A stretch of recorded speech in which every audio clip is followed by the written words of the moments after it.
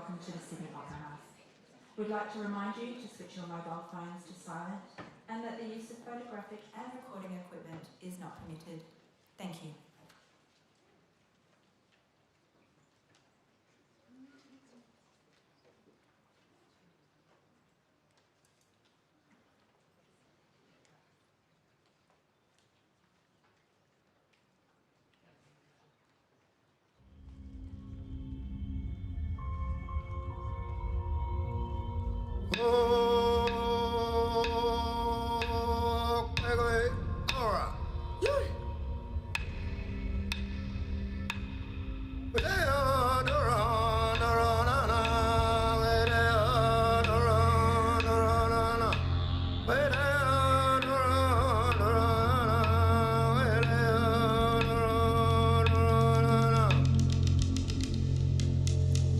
Welcome to Jubagali at the Sydney Opera House, now known as Bennelong Point.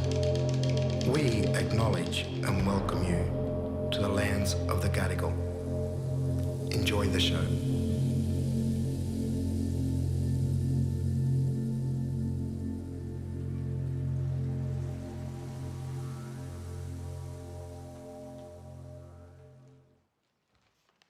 Good afternoon. Thanks so much for coming to this event. My name's Edwina Throsby and I'm the Head of Talks and Ideas here, and I'm so pleased that you've given up your beautiful Sunday afternoon in Sydney to come and sit in a dark room and talk about some incredibly important events that we're all still dealing with. This event came about because, like a lot of families, my daughter and I took our summer holiday this year with friends in what's an annual event that's usually relaxed and full of joy and a disconnect from everything else. But this year, obviously, it was very different. Instead of lying around reading books, we spent the time checking apps, checking the weather, listening to the ABC, packing up the car so we could go if required. When we went to the beach, it was covered in smoke, there was ash raining on us. There was this incredible sense of dread, an incredible sense of danger, an incredible sense that something profoundly had shifted for the Australian summer and the things this time that is so kind of foundational in the memories of all of us. Of course, we were the lucky ones. We were able to drive north before our area was evacuated and watched the real catastrophe unfold on television. What others have lost is beyond imagining. Homes and towns and pets and beloved family. And my heart goes out to all of those people directly affected. But of course, we're all reeling from this. We've all been affected in one way or another. Countless hectares of bush and country are gone. Wildlife in the millions and millions and millions. But also something bigger, a sense of a future, a sense that she'll be right. She is most certainly not right. And if we were ever relaxed and comfortable, we're sure as hell not anymore. We're a traumatised nation, we're grieving and we're angry. But what we've also shown over the last months, is the most incredible capacity for bravery, for volunteerism, for generosity. Our communities have pulled together in this disaster and faced it with strength and with togetherness. There's so much desire to help all around this country, and yet I think there's still a lot of confusion about what we actually need to do, what's the best way to do for people in the city, for people in the country. How do we come together and help each other? So the purpose of this session today is twofold. Firstly, to come together and try and make sense of it a little bit, to deal with our grief and shock that we all feel, and to hear about what has been done, what is being done, and what will be done, what can be done, what you can do, and what we can all do together to try and deal with this, address it, and have an effect on our future. I would particularly like to thank our speakers today. They've all come here and donated their time for this free event so we could make it a community event in the true sense. After the session, the speakers will be in the foyer to answer any more questions that you might have. I think that more than ever, it's up to the community to come together and to talk and to bring down, any walls that there might be, and to actually try and function in a way that is helpful and important. Thanks also to Julia Baird, who's hosting this session today. You know her from the ABC columns in Fairfax and, decades of excellent journalism. And I'd also like to really thank our Auslan communicators today. Sean Sweeney here, you probably all recognise because he was the Auslan interpreter for...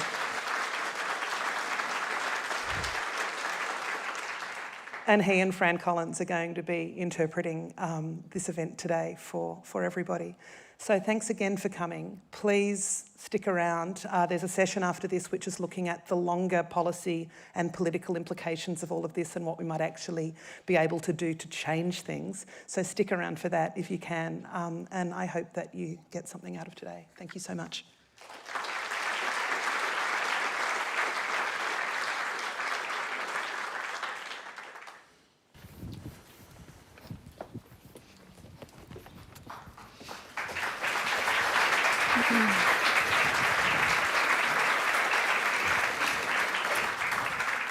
Thanks so much, Edwina, and thanks so much to all of you for coming in on a sunny Sunday to listen to these wonderful people here, all experts, all deeply thoughtful people who have spent a lot of time in recent weeks and will do so going forward, trying to work out what the best way is forward.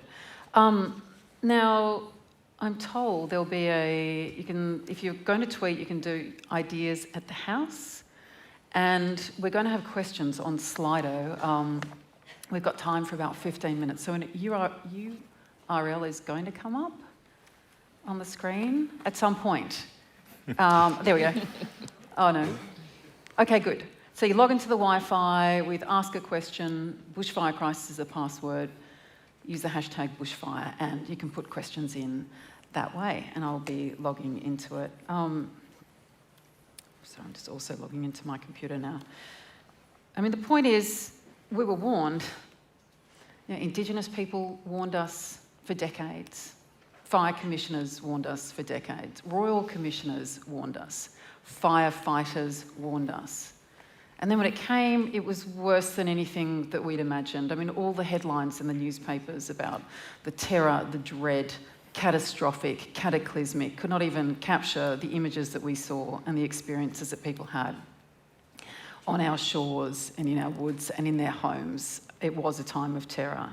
33 people dead, almost 3,000 houses lost, 7.7 million hectares burnt, 1 billion animals dead.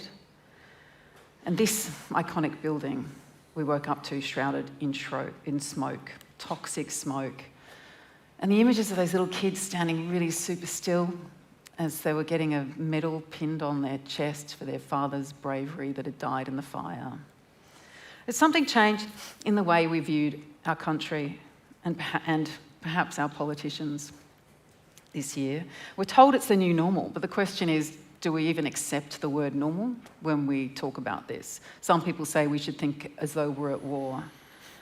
How do we train for it?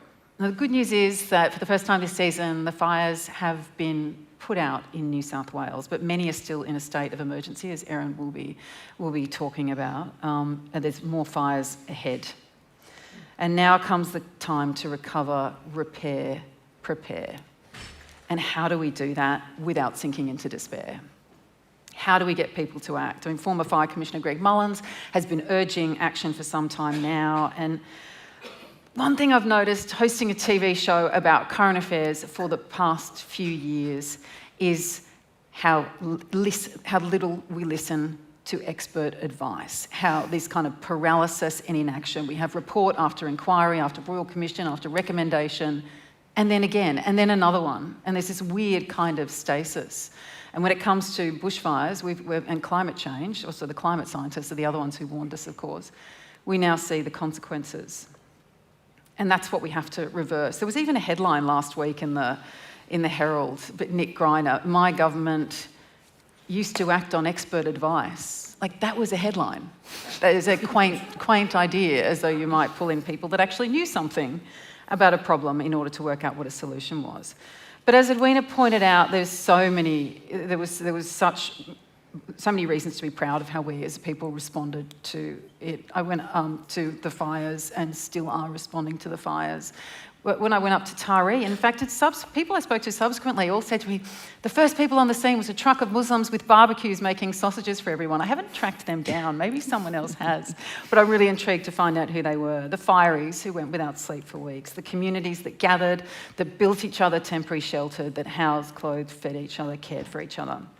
There is so much concern and so much desire to get it right, to see serious action in climate, and to better prepare for extreme weather, for more fires ahead. And that, of course, is why we're here.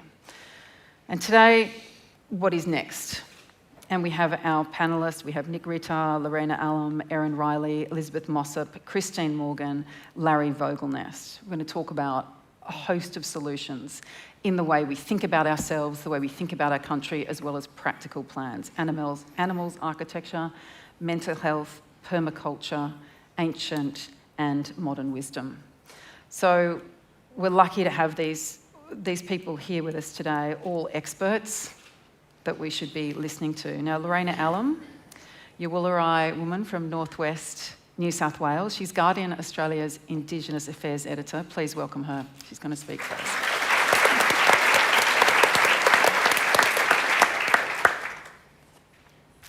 There you go. But no. Oh, Nick's first. Yeah. Okay, that was a little bit of a fail. I was sorry about that. So Lorena's like, thanks very much, but no. Okay, Nick Ritter will be speaking to us first today. Co-founder of Milkwood Permaculture.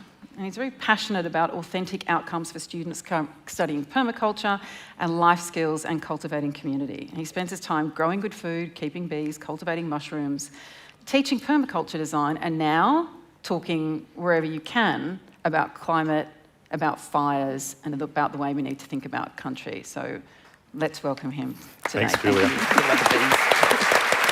Are you second?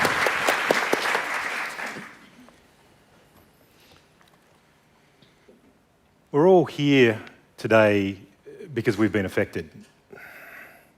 We've all been touched in some way by the terrifying events that have unfolded in the last few months. We've watched as millions of hectares of our precious forests have burnt. We are told that more than 1,000 million animals have perished. We've seen farms razed and livestock killed, and we've seen towns consumed by fire. The smoke has stung our eyes and become lodged in our lungs. Some of us have faced the threat of the flames directly. Some of us have lost our homes. Some have lost their lives. We've seen places that we love smashed. I want to show you a few photos, a few happy snaps, some not so happy, from this summer. And I want to talk about what I saw happen in one little seaside town over the New Year. But first, I just want us to take a little step back for a moment and think about what we really care about. The fact that you're here means that you care. I hope that you all have a special place that you care about. I think you probably care about the people there and the environment there too. I think we all should have somewhere we care about, somewhere we belong. I've been looking for a place to belong since I was a little kid.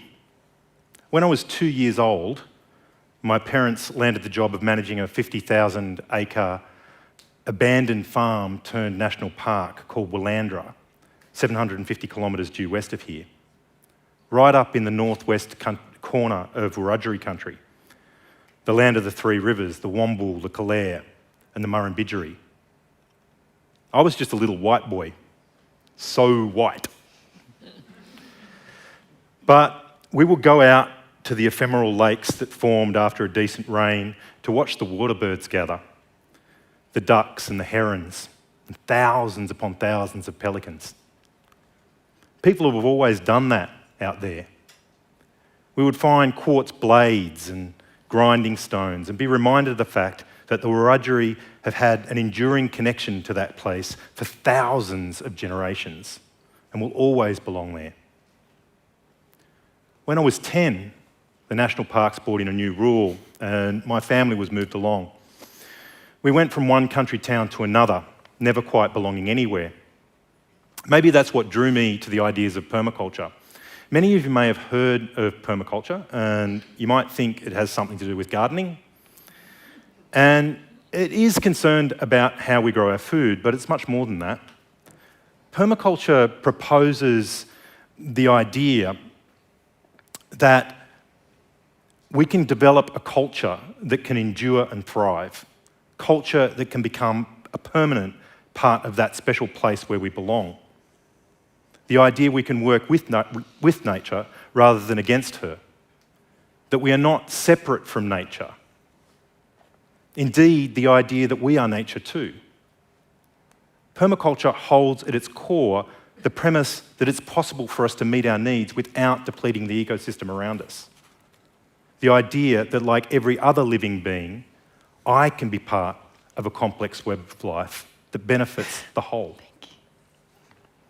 For many years, my partner Kirsten and I have been using permaculture as a framework and helping others to do the same, to try to connect with the places that we live, to connect with the soil of a place, to connect with its water, its plants, its fungi, its animals, to learn its seasons and its foods, and most of all, to connect with its people, its community. Permaculture is a framework for reconnecting with a place. Eventually, we found a place that we think we belong. It's Mallacoota country in southern Tasmania. But this Christmas, we did what tens of thousands of other Australians do each year. We went to visit our families. We started in Sydney, hired a car and drove west to visit my family in central New South Wales. We'd heard on the news that the giant Gospers mountain fire might jump the highway north of Lithgow. So we drove an extra 5 or so hours south and skirted around it through a drought-ravaged and smoked landscape. I remember thinking, it's bad this year, but we've seen this before. We spent Christmas stuck inside because of the smoke, so we were looking forward to heading south to spend some time with Kirsten's family on the coast in East Gippsland. There were no fires down there at the time and it was much cooler. We drove through more smoke and saw forests that had been burned on the south coast, and again I thought, it's bad this year, but we've seen this before. Mallacoota is somewhere we go every year. It's a place we have picnics on isolated beaches and kids have water fights and go fishing and we dive for abalone. We read books and watch the parrots on the front lawn and just watch the ocean and the inlet. On the 29th of December, the Emergency Victoria app beeped 4 times and told us we needed to watch and act. It said there was a fire about 40 kilometres away to the southwest at a place we didn't know called Wingan River. It still seemed a long way off and the wind wasn't blowing it towards us, so we kept an eye on our phones. But we'd seen this before. We did some cleaning up around the house and outside. We found some masks, nothing serious, just being prepared. The next morning, the app beeped 4 times again and said there was now an emergency warning in place for Mallacoota. So we did what everyone does and turned on ABC local radio. And it said that the fire was burning towards the one road in and out of town. The app beeped 4 more times. It was too late to leave. We hadn't seen that before. There were about 1,000 residents in Mallacoota at the time and about 4,000 visitors. They were mostly in tents and caravans, unlike us. We have connections to that place. Scotty, my brother-in-law, is a local professional firefighter, so we asked him what he knew. He said it was a big one, but it was not moving fast and there was a good chance that it wouldn't come towards Mallacoota. But the smoke was getting thicker and we were getting on edge. So we had a family conference and we all decided that it would be best to move a few houses down to a friend's place. Not a close friend, but this is a community and people help each other. It was a big, solid house and they didn't mind sharing. We spent the afternoon making their place more secure. Sprinklers on the roof, hose down the garden, drums of water everywhere, mops to put out spot fires. We literally battened down the hatches with batten screws. We connected a generator. Mallacoota is at the end of a long transmission line, so the locals know how to deal with a blackout. We set up a room downstairs in the middle of the building as a refuge in case the worst happened. The beeping from everyone's phones got more insistent. Scotty said the fire was coming towards us, but it wouldn't reach us until the next morning. The sun started to set. We heard that people with nowhere else to go were gathering at the wharf in the centre of town. We could see small boats on the inlet, many without lights. We heard people were planning to spend the night on the water or on the beach. We settled down with 8 kids and 7 adults and tried to rest. The next morning, New Year's Eve, the sun rose and the smoke was thick. By 8 a.m. in the morning, the sky had turned blood red. The power went out, so we started the generator. We put all the kids downstairs with 1 adult. They knew something was up. There were far too many lollies. The rest of the adults were at battle stations. Long pants, long sleeves, leather gloves, hats, masks. Some of us had goggles. By 9 a.m, it had gotten very, very dark. Completely dark. Pitch black. The smoke cloud was directly over our head, and that meant that the fire was coming directly towards us. It started raining ash and burnt black leaves. The sky was full of birds. They were disoriented and panicking, trying to escape from the fire front. We got hit in the face by tiny, terrified wrens that were disoriented by our torches. Gradually, the sky glowed blood red again. We could hear a distant roar. Black cockatoos circled over our heads, calling their alarm. We usually say that black cockatoos bring rain, but not that day. The roar was getting louder, but then we heard the first pop in the distance. Before that sound, I was still confident that the fireys had things under control. Not the forest fire, of course, and knew that would burn, but those were the sounds of gas bottles, fuel cans, cars, and homes burning. They became more frequent. Thud, pop, thud. The wood pile in the neighbour's house fell over from the shock. The sounds of the sirens got louder. We knew there were over 20 fire crews stationed in the town, but we hadn't actually seen any in our bit. There were flames at the end of the street. Embers landed nearby. An older house, just a few doors down, caught fire and was engulfed in minutes. A CFA tanker arrived. They dumped all their water on it and then they left. It was still well alight, but they had bigger problems. The Mallacoota on the foreshore turned into a fireball. There were individual fires in all directions, and the pops and the thuds continued. But we gradually realised that the main fire front had passed to the west of the town. The tension slowly subsided. We were going to be all right. The kids came outside. Over 100 homes were lost in Mallacoota that day. No one lost their lives. It could have been a lot worse.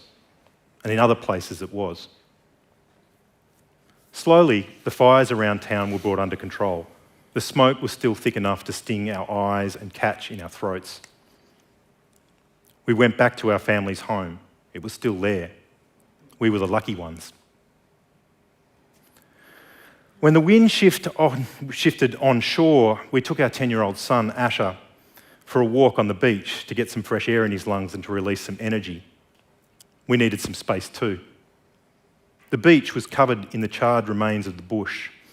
The leaves, the bark and twigs had been baked in the oxygen-deprived conditions of the firestorm, lifted by the updraft and dumped into the ocean.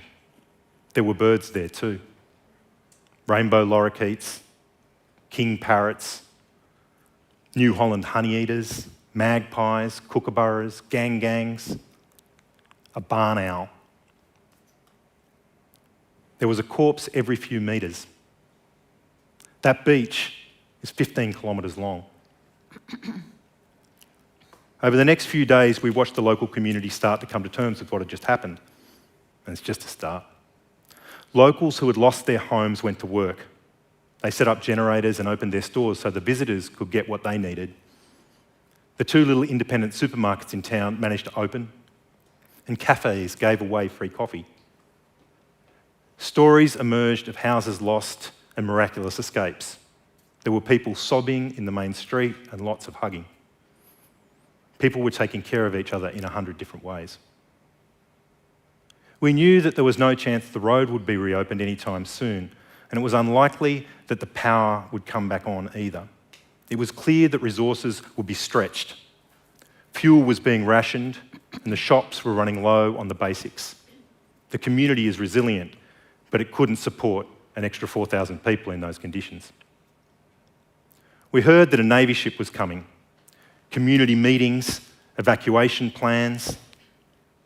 We decided we wanted to return to the place that we belong and get to work there in our community. We felt a lot of different things in the last 6 weeks. Fear, anxiety, anger, sadness. Time heals all wounds, they say, but we can't just let these feelings fade away, because this emergency is not over.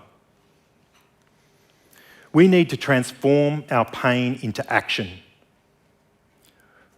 Despite what our leaders may suggest, resilience is not achieved through resignation. We cannot allow this to become the new normal. Throughout the rest of this event, you'll hear from a whole bunch of very intelligent people who will share with you their ideas on what we can do to better manage our land, to help each other deal with the trauma of this catastrophe, to help our wildlife to recover, to raise funds for our communities, and change our land management practices, our politics and our economy. Throughout the rest of this event, I want you to keep asking yourself, how do I implement these ideas in my community? How can I take action to make sure this does not become the new normal? What sort of future do you want for your special place? And how can you reconnect with that place? Thank you.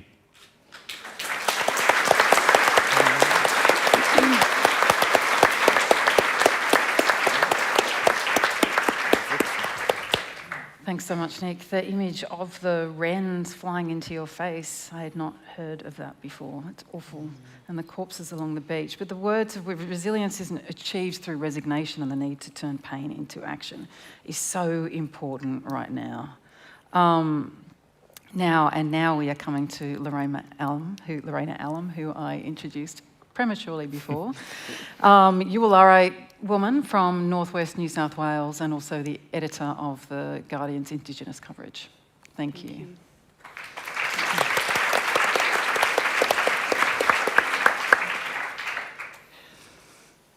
So Yama, everyone. I'd like to start by acknowledging that we gather on the land of the Gadigal people, whose sovereignty was never ceded, and I pay my respects to their elders and their ancestors, and I pay my respects to any other First Nations people who are here today.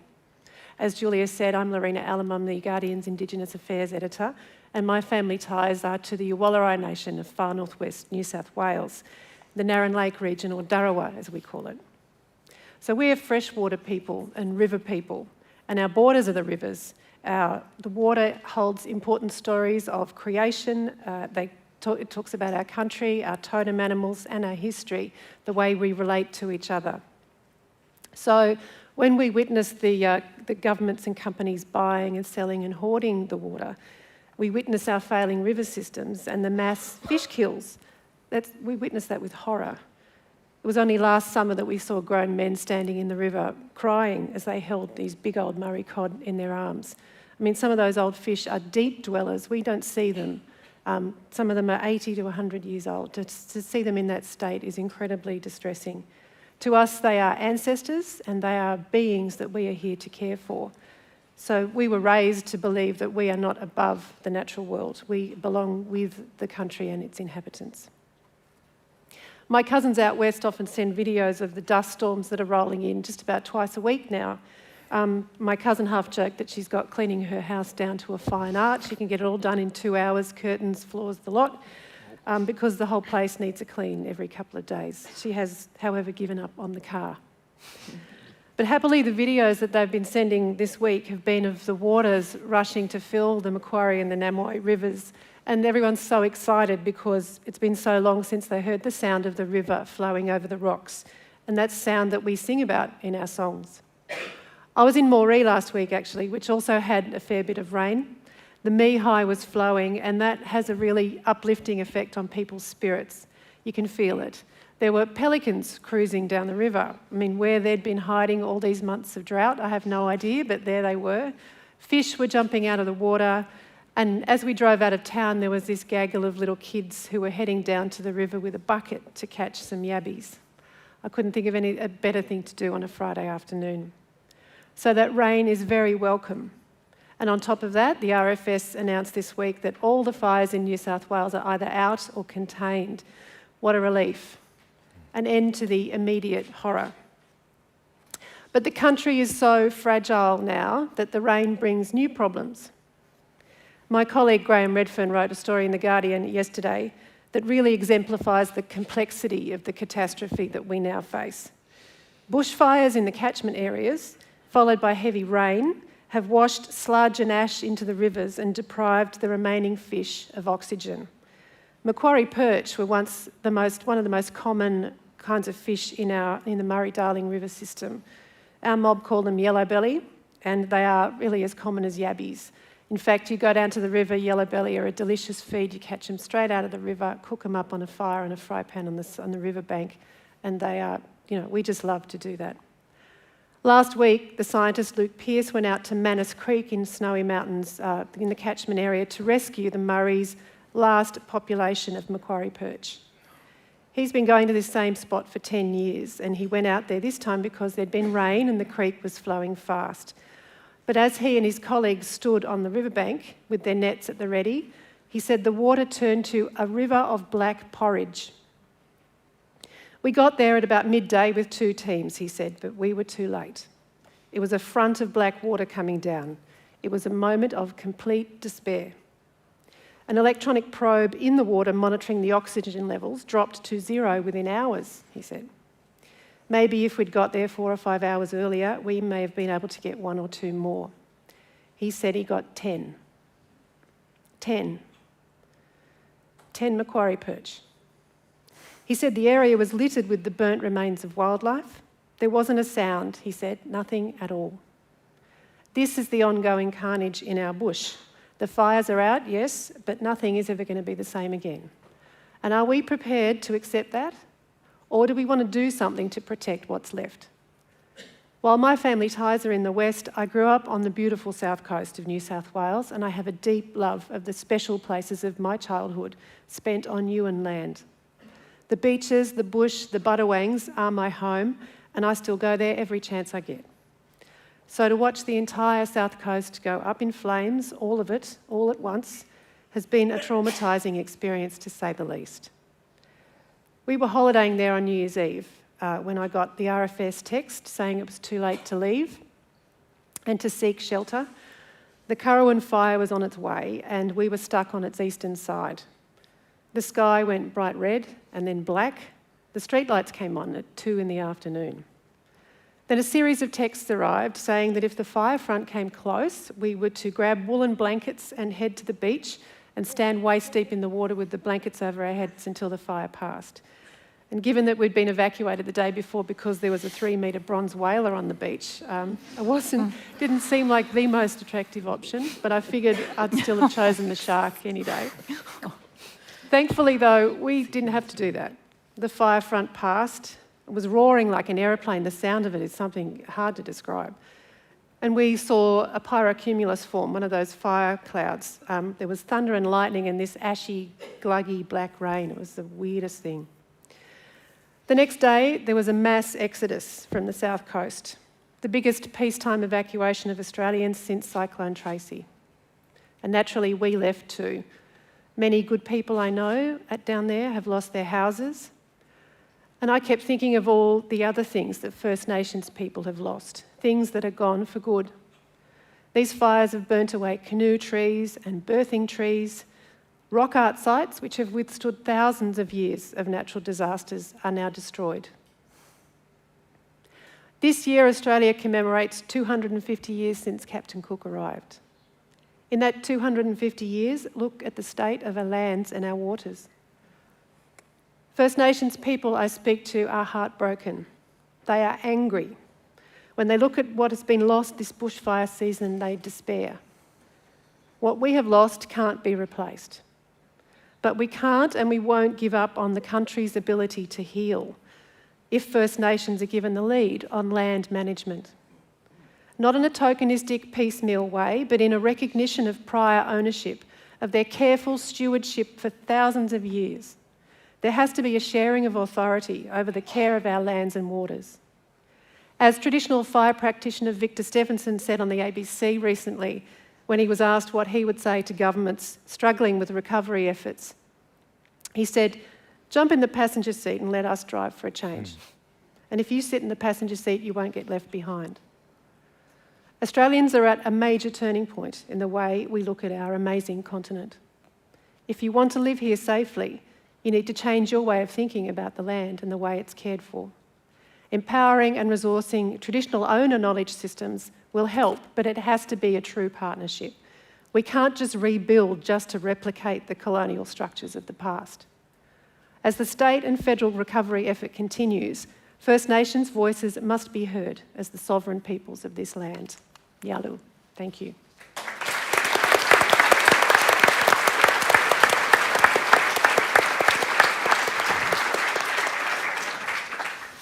Thank you so much. The river's black with porridge, like a river of black porridge, is an incredible... And the bronze whaler thing is kind of freaking me out. It's like a real life game of would you rather. Would you rather bushfire, shark? Right. We chose the shark. Right. It's just never been more apparent how crucial it is to listen to First Nations people and have them lead the way when it comes to repairing and preparing, as Lorena has been telling us. And a true sharing of authority. Now, Erin Riley does many things. She is writing a PhD. She is also a writer. And she is also the founder of Find a Bed, which is a volunteer-run organisation that was created directly in response to the bushfires to address the gaps that were so obvious and immediately evident in existing bushfire relief efforts. Initially, they were linking Australians who had spare beds with those who were displaced because of the fires, and they've gone on to do much more. But Erin, we'll hear from you now. Thank you.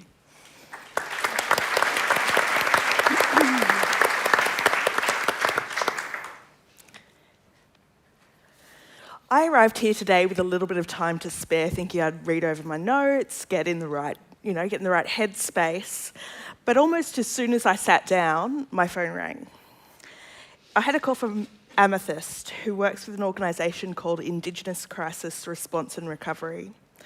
She was calling me to let me know one of the people she's working with, an Aboriginal elder named Uncle Rodney, who had been living in a tent since he lost his home on New Year's Eve, was struggling because it's now raining, and that meant his tent had flooded and he needed somewhere to stay. He'd been given 2 nights of emergency accommodation, but that was it.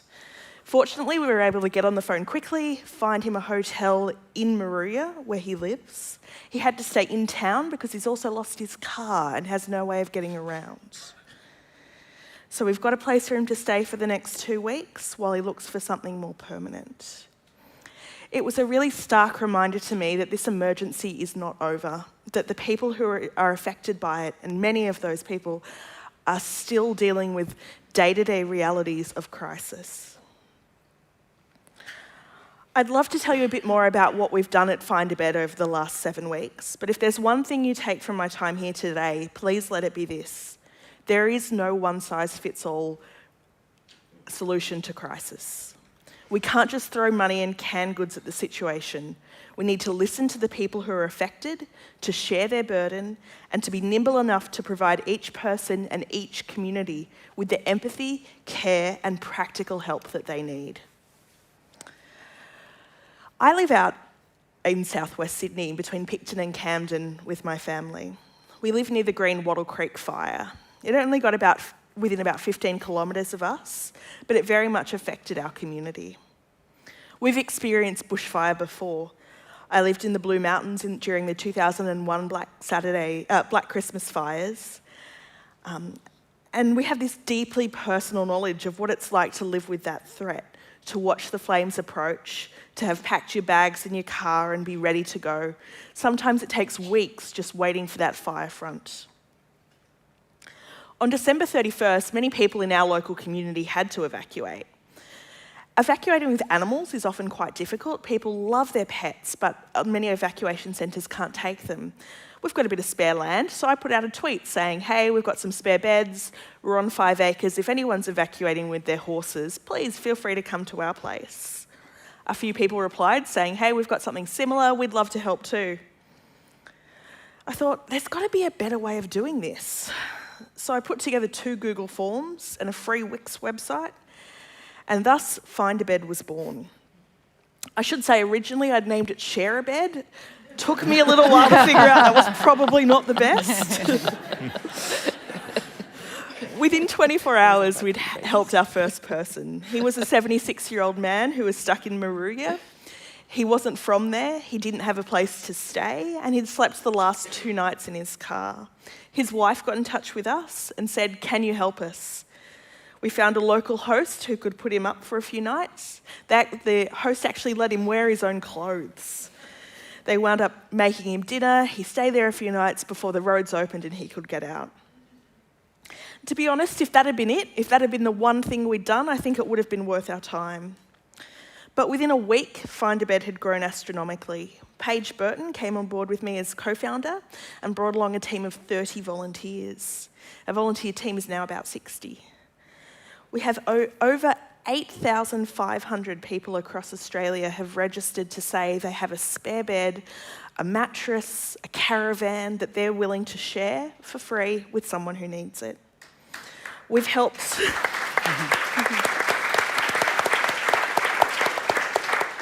People are just so generous when they have a chance to be. Yeah. In total, we've helped over 350 people find everything from a place to have a shower to a home to live for the long term. That might seem like small potatoes compared to the scale of the problem, but we've found our niche in helping people who are otherwise falling through gaps, people whose needs are a little bit more complicated. I'd like to tell you about some of the people we've helped over the last few weeks. I think it's really important to keep the real stories of this crisis at the centre of what we do. We've helped a family of 5 kids, 3 of whom have NDIS plans. They lost their home with almost no warning. I went to see the ruins of their home after I visited with them. It was astonishing. That was the only house in the street that was gone, but it was completely gone. They were living in a cabin at a caravan park. They'd been there for weeks. We helped them find a property. We paid for them to furnish it. We organised toys and books for the kids. We got over 100 parcels from people around Australia and the world who wanted to help this family. Then there's Joan. She's 104 and she lost everything except 2 bags of clothes and her dog. 3 of their family lost their homes. Her family refer to her as a climate refugee. She had specific needs. She needed a single-storey house. It needed to be accessible. They wanted to keep her with her family. We helped. We helped find a house. We helped install grab rails. And I got to deliver a beautiful quilt that had been made by some people in Queensland for her. And there's Gillian, who lost her home in central Queensland in October. They were living in the shed, she and her husband, while they were saving to build their dream house. The kit home burned as well as the shed. Now they're living in a burnt-out bus on their property. But when I called her and said, can we help you? Can we give you a caravan? She said, no, there's got to be people who are worse off than us. We're okay. It was only when I asked her, what do you miss? What are the things that you really need? That she said, I used to collect stuffed tigers. I love tigers. I lost my tiger collection. So once again, we put out a call. And people around Australia sent stuffed tigers. Aw. It sounds silly, but she was in tears on the phone. She was just so happy to have her tiger collection back. There's South Coast Donation Logistics, an amazing group of people down on the South Coast. Matthew Hatcher is the local coffee roaster. He runs Guerrilla Roasters at Mossy Point. He put his own business on hold and coordinated donations from across the country. Well, he's working closely with local farmers and businesses. We've helped them by coordinating donations, by funding some of their requests, and by sourcing some others. It's laptops for HSC students who lost all their study notes. It's a surfboard for the kid who'd been asking his mum and dad for one for years to get it for Christmas, only to lose it a week later. And we're working with Amethyst and the team at Indigenous Crisis Response and Recovery. The stories we're hearing from Amethyst are some of the saddest. There are dozens of families still living in tents who've lost their home and have nowhere to go. This is an effort led by local Aboriginal people. They are working with people who've fallen through the gaps. We currently have a list of 8 families who need a place to stay, and we're working to source caravans, temporary demountable houses and cars for them. All of this is to say the crisis is ongoing. We've learnt a lot in a short period of time. I had no intention of running a not-for-profit. We've made mistakes, absolutely, but we've learnt. We've built close relationships with the people in the affected communities, and we're committed to standing by them as they rebuild. We're committed to asking them, what do you need? What does the future look like for you? Talking to these people, the reality is really sinking in now. The attention is fading and some of that sense of urgency is gone. And it seems to be quite a dark moment for lots of them. The scale of what needs to be done is overwhelming. So we see our role going forward as continuing to connect people from across Australia with people in these communities to give small, practical and direct ways of helping. To take some of that burden, to say we're here with you, and to be part not only of the recovery, but of rebuilding too. Thank you very much.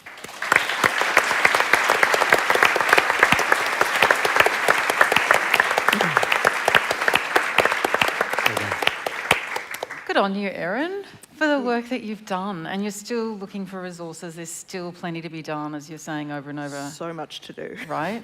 So the best way to get in touch with you? Findabed.com.au.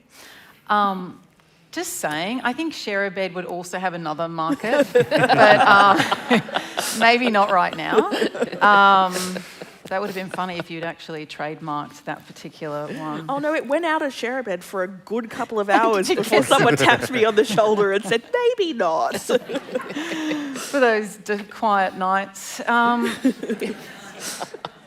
Sorry to segue to you on this actual moment, Elizabeth Mossop, who is Professor of Landscape Architecture. She's also Dean of Design, Architecture and Building at the University of Technology in Sydney. And I also want to point out, because this is relevant, I think, to what she's going to be talking about, which is she's a founding principal of Spackman Mossop and Michael's Landscape Architects, because they're based in Sydney and Detroit and New Orleans. And I think you were there at a pretty crucial time. Please welcome Elizabeth Mossop.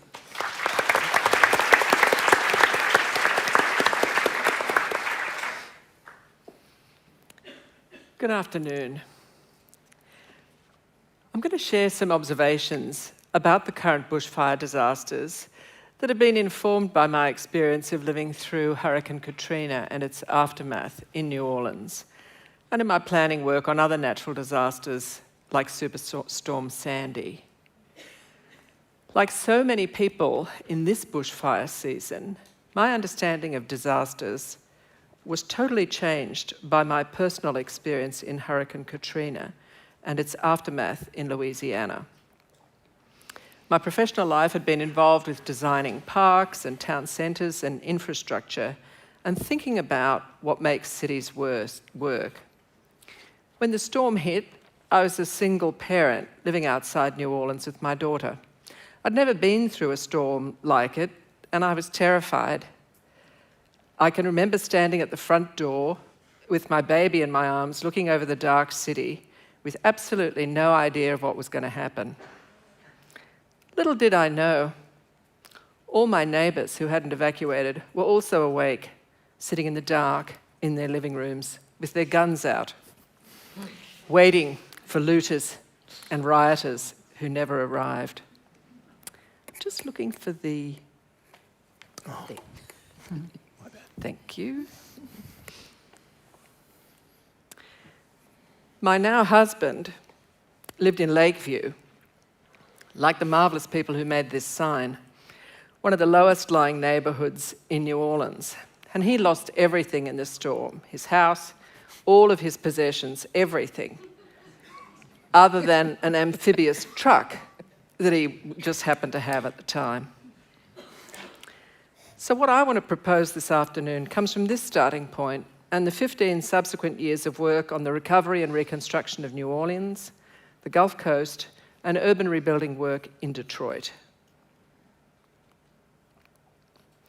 Until people are safe and their lives are restored in some real way, it's much too hard to look into the future. After Katrina, there were many meetings and symposia involving lots of well-meaning experts who flew in from all around the country to provide tons of advice and solutions to the city and its residents. And they often received a pretty hostile reception from the locals. I can remember being at a symposium at Tulane University and seeing an eminent expert from New York being chastised by a local resident who said to him, "Baby, how you think that nonsense going to help me get a roof on my house?" When your reality looks like this, you've got immediate needs to be met, as Erin has just been talking about. In the first months and years after Katrina, many residents couldn't get anybody to help them to figure out how to repair their houses, put the roofs back on, reopen businesses, support insurance claims, open schools, and so on. There was an astounding lack of leadership at every level of government. You'll remember George W., Kathleen Blanco, the governor, and the marvellous Mayor Ray Nagin, who of course will be in jail until 2023.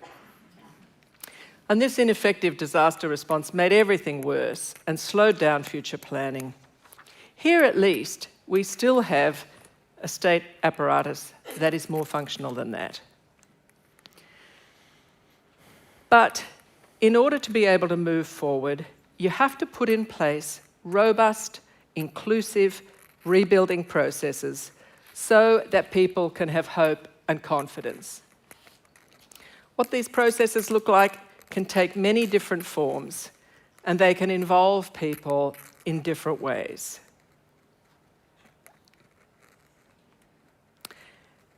But I think it's really important to stop talking about this as a natural disaster.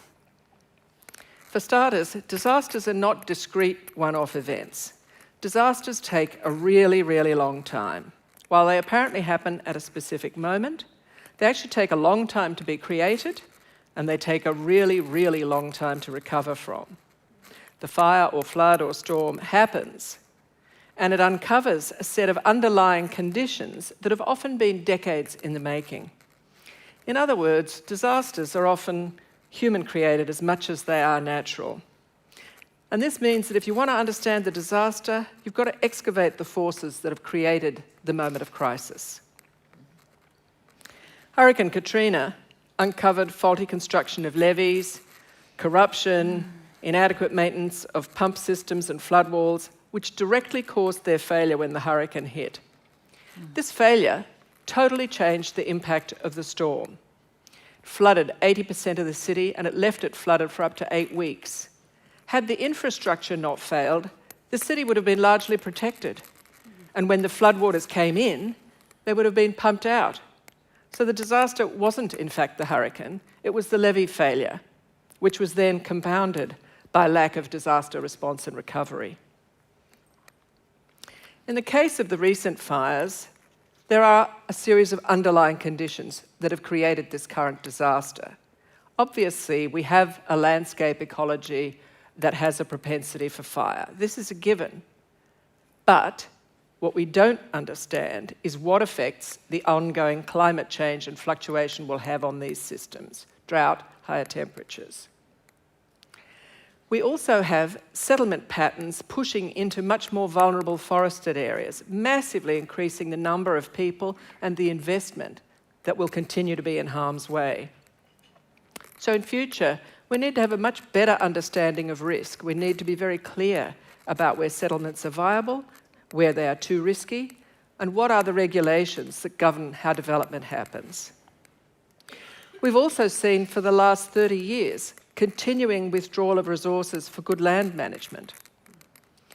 Federal and state government have been starving national parks, conservation and land planning, effectively leaving us with only farmers and forestry interests taking the lion's share of responsibility, and nobody really managing land in the public interest. This has got to change. We need to reprioritise this, and as Lorena was saying, we have to understand and be led by traditional land management practices.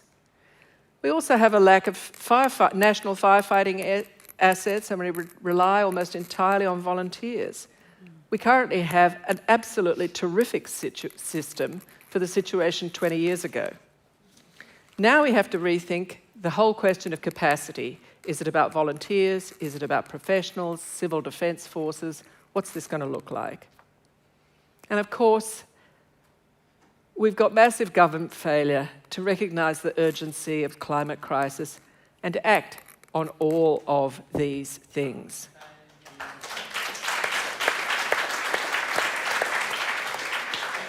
Now, weirdly, I find this hopeful, because if you think about how much of the current crisis is created by humans, it suggests to me that we also still have agency in positively improving the situation.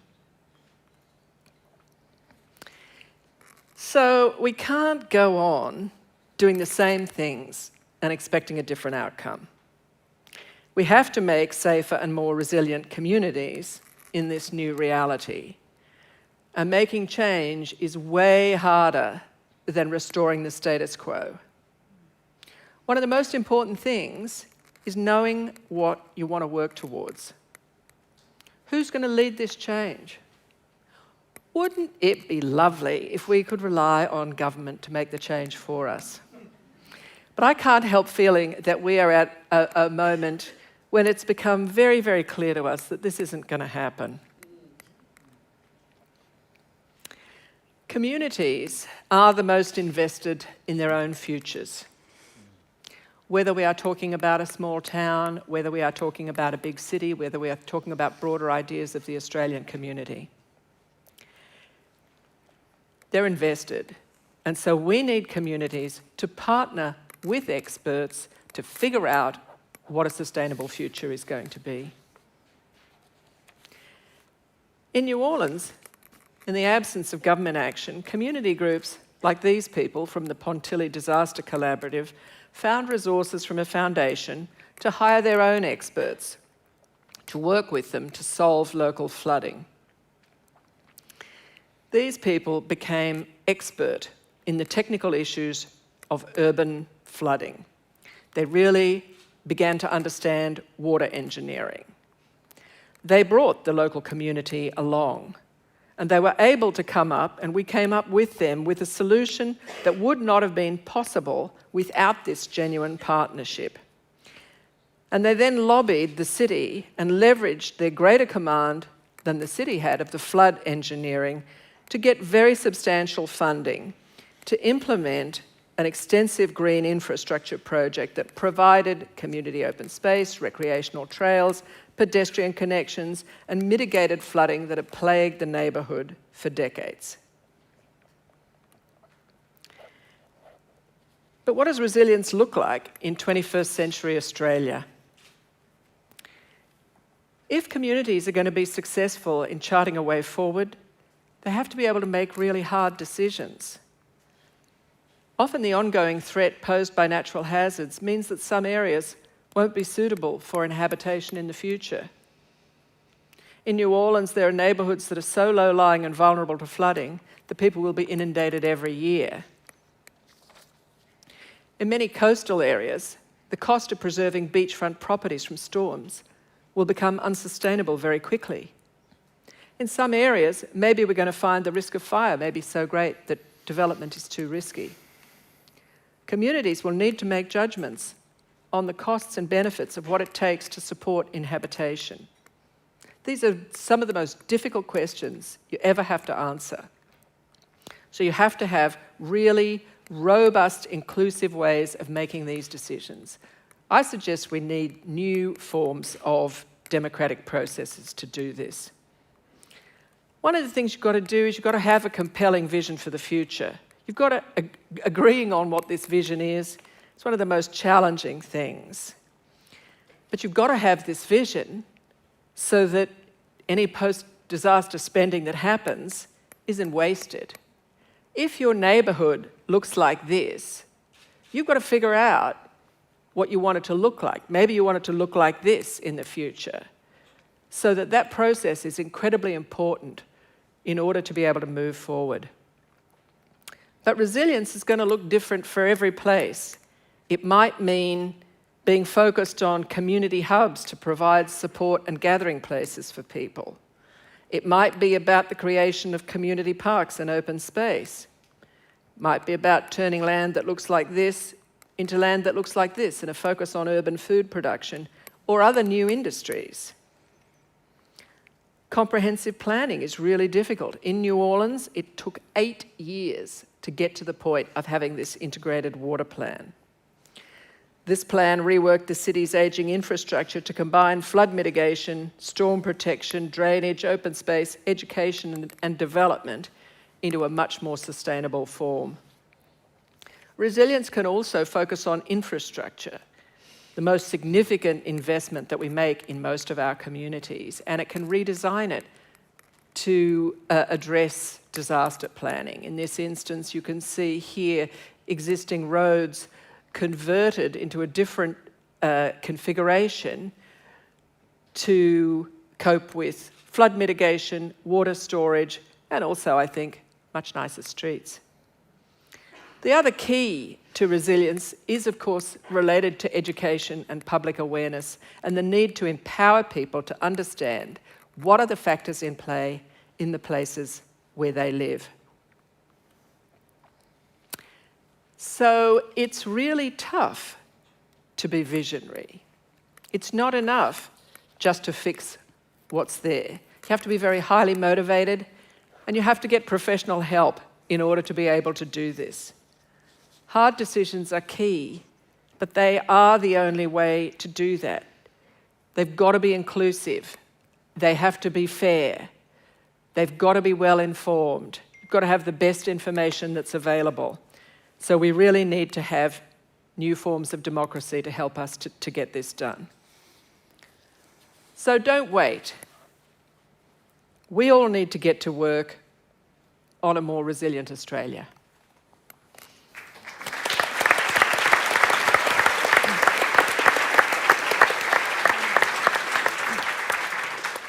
Thank you. I love the idea. I think it's an important point about the language around natural disaster, and that had actually never occurred to me before, how important it is to point out when disasters are unnatural and exacerbated by our own doing. And Brad Pitt, of course, was involved in the rebuilding in New Orleans. I was just thinking maybe with the share a bed situation, something really magical could work out there. But anyway, I'll move on from share a bed eventually. One thing we're all talking about now, like if any of you have children, if any of you have grandchildren, is watching anxiety amongst them around climate change. And then there's a collective trauma, there's community trauma, there's small town trauma, there's the firefighters, the first responders. Where are we at with mental health, and how do we protect against it, and how do we mitigate, and how do we get smart about the right interventions and when? And this is why Christine Morgan is speaking to us today. She's the CEO of the National Mental Health Commission and National Suicide Prevention Advisor to Prime Minister Scott Morrison. She's also been CEO of and Director of the National Eating Disorders Collaboration. So please welcome her today. Thank you.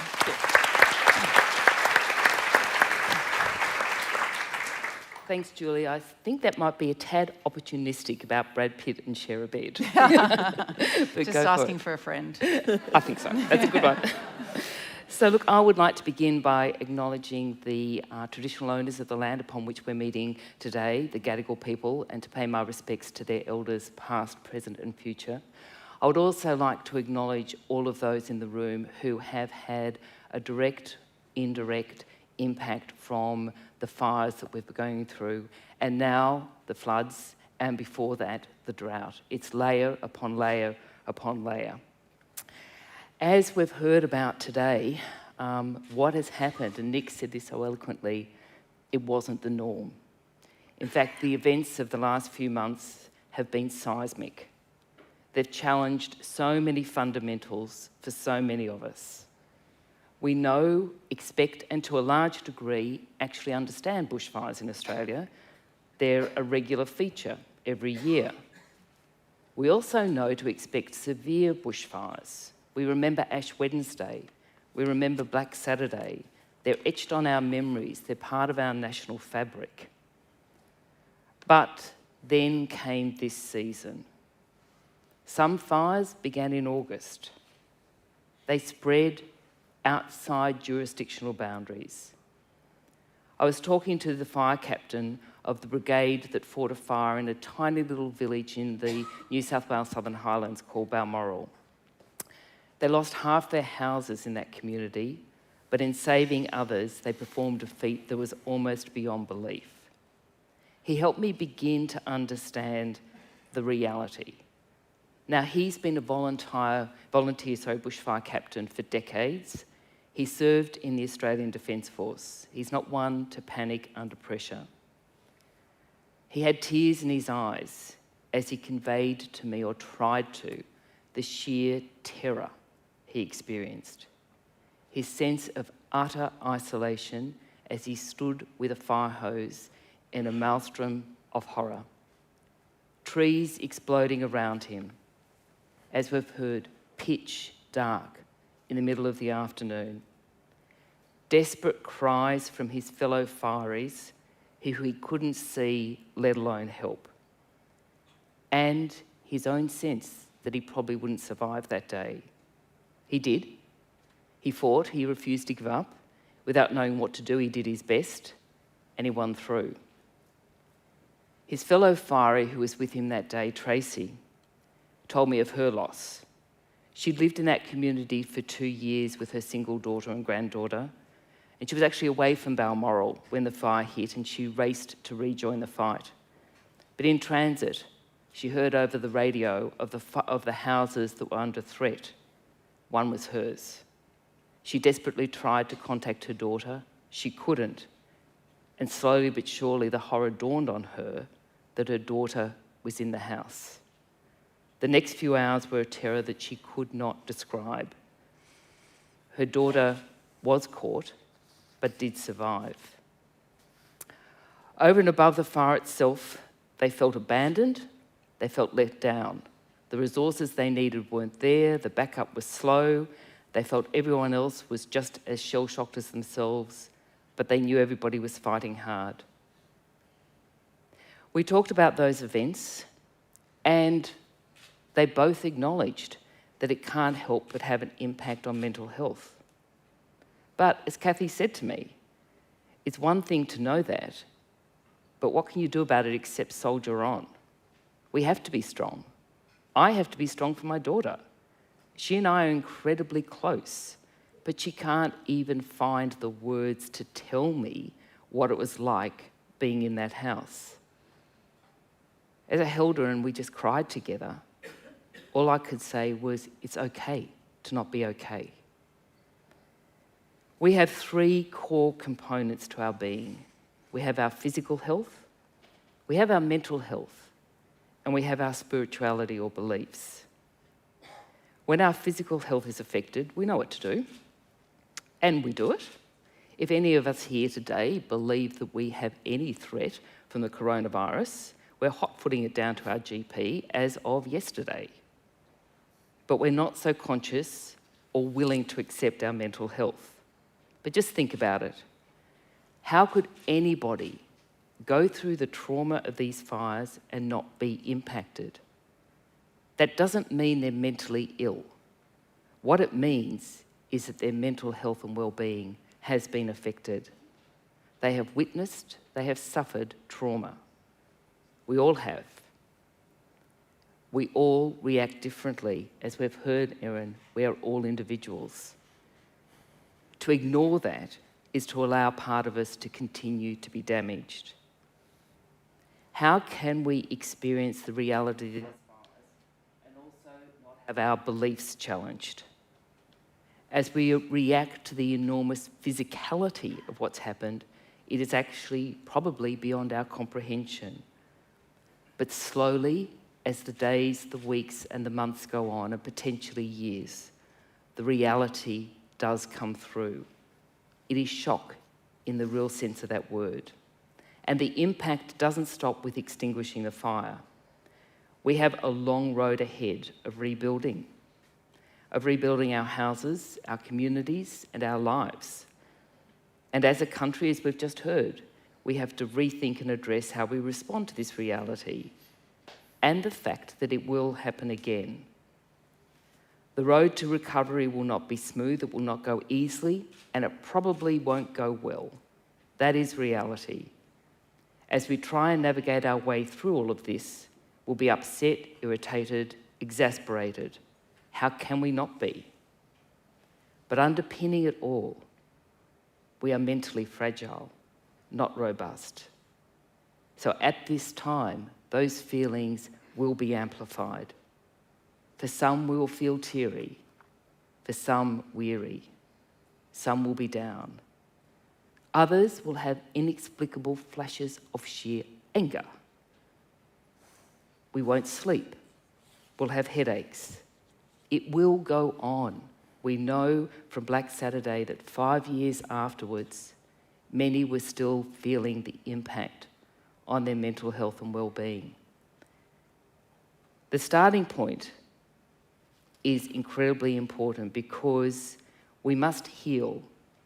We must strengthen our mental well-being as foundational to our recovery, the recovery of ourselves personally and the recovery of our communities. So what is that starting point? Well, one of the challenges that we have in Australia, and I've seen this over the last few months, as we have worked to put together the mental health response, and then as we've tracked its take-up over the last few weeks. Those of us who know about our mental health and well-being and are comfortable accessing those services are finding a way to do so.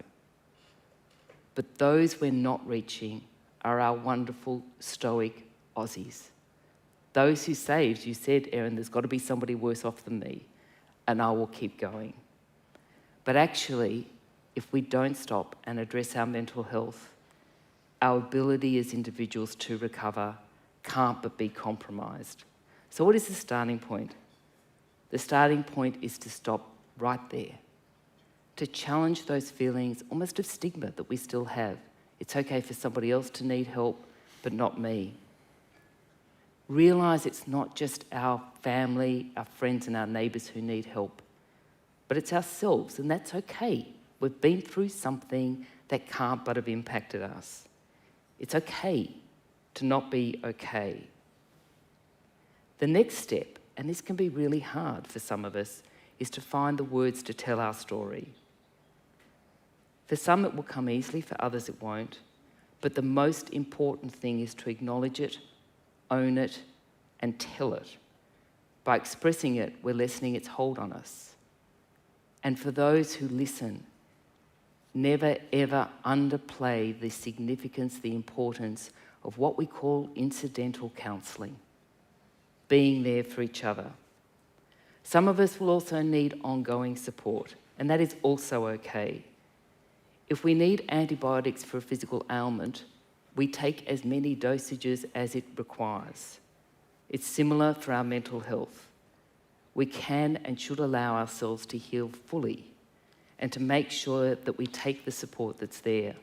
There's counselling and psychological supports available wherever you are. It may be difficult to access them, particularly with all the confusion on the ground, but reach out to us. We will connect you. And most importantly, as we look to our mental health and well-being, we need to rebuild our belief structure. The shining gem that has emerged from these tragic events is the power of human kindness and connectedness. We've been stripped to our cores, and in doing so, we've recognised and allowed to emerge our need for each other. We've not chosen to be vulnerable. The fires have meant we've had no choice but to be. Some of us have lost everything, but we're still here. While we have our lives in each other, we have hope. This is a long journey, but it's one that we will be taking together. The journey will reshape us as individuals, as communities, and as a nation. As we rebuild, let's do so with a commitment to the mental health and well-being of each of us. Let us recognise that our mental health is as important to us as our physical well-being. Let's allow ourselves to be strong in our vulnerability, to reach out to each other, and to reset our world in a way that aligns with our beliefs. Let us help each other, but let's also help ourselves. It's okay to not be okay, and it's more than okay to seek help for our mental health and well-being. Thank you.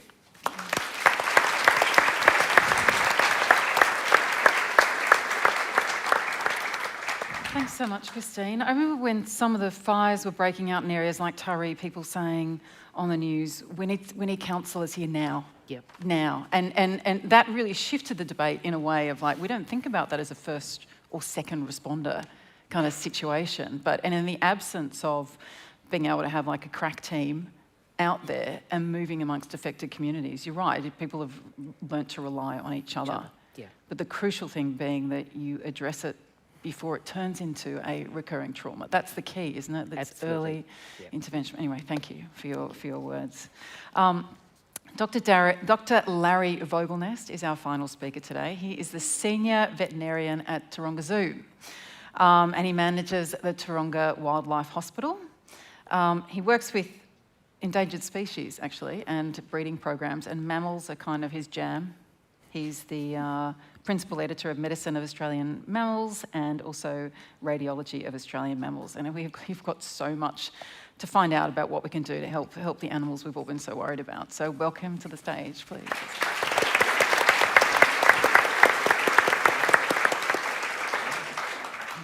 Thanks, Julie, and thanks for the opportunity to speak here this afternoon. So I have a house, actually, on the south coast in Rosedale with my partner, who's actually the vet at Mogo Zoo. And on the 31st of December, at about 6:15 in the morning, we got a phone call on our landline, which was quite unusual. And it was a recorded message telling us to evacuate to our nearest beach immediately. Anyway, we started casually packing up, and the phone rang again half an hour later, and it said the same message, you need to evacuate. So we hurried up, and we headed to Malua Bay Beach, which was about 3 kilometres north. Decided not to go to Rosedale Beach because it was safer to go to Malua Bay. And we spent the last day of 2019 with about 1,000 other people and half as many animals, dogs, cats, horses, birds, guinea pigs on Malua Bay Beach. And as the morning went by, the fire front approached us closer and closer. And it was one of the most horrific experiences that we've had in our lives, and frightening experiences. Of course, at the same time, we had no idea what was happening at Rosedale, 3 kilometres to the south. And we didn't even know till the next day. Next day, we drove into Rosedale, and this is what faced us. 60 houses burnt down in Rosedale. We got through that day, and on the 2nd of December, pretty similar to Nick's experience, I decided to have a walk down Rosedale Beach, and there was piles of ash on the beach. And as I walked along, I noticed some coloured feathers poking through the ash, and I uncovered the bird, and it was a rainbow lorikeet.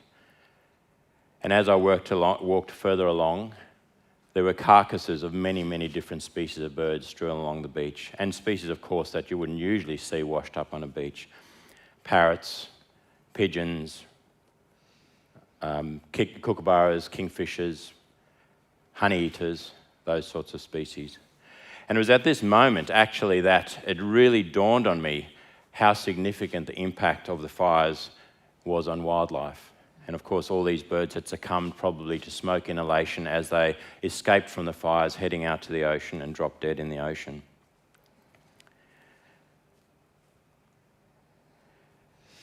So it's been estimated that over 1 billion animals have perished as a result of the bushfire catastrophe. And this loss of fauna, both vertebrates and invertebrates, and also, of course, the flora, is likely to have a significant impact on Australia's biodiversity. And of course, many species are already under threat due to habitat loss, invasive species, disease, and other climate change events.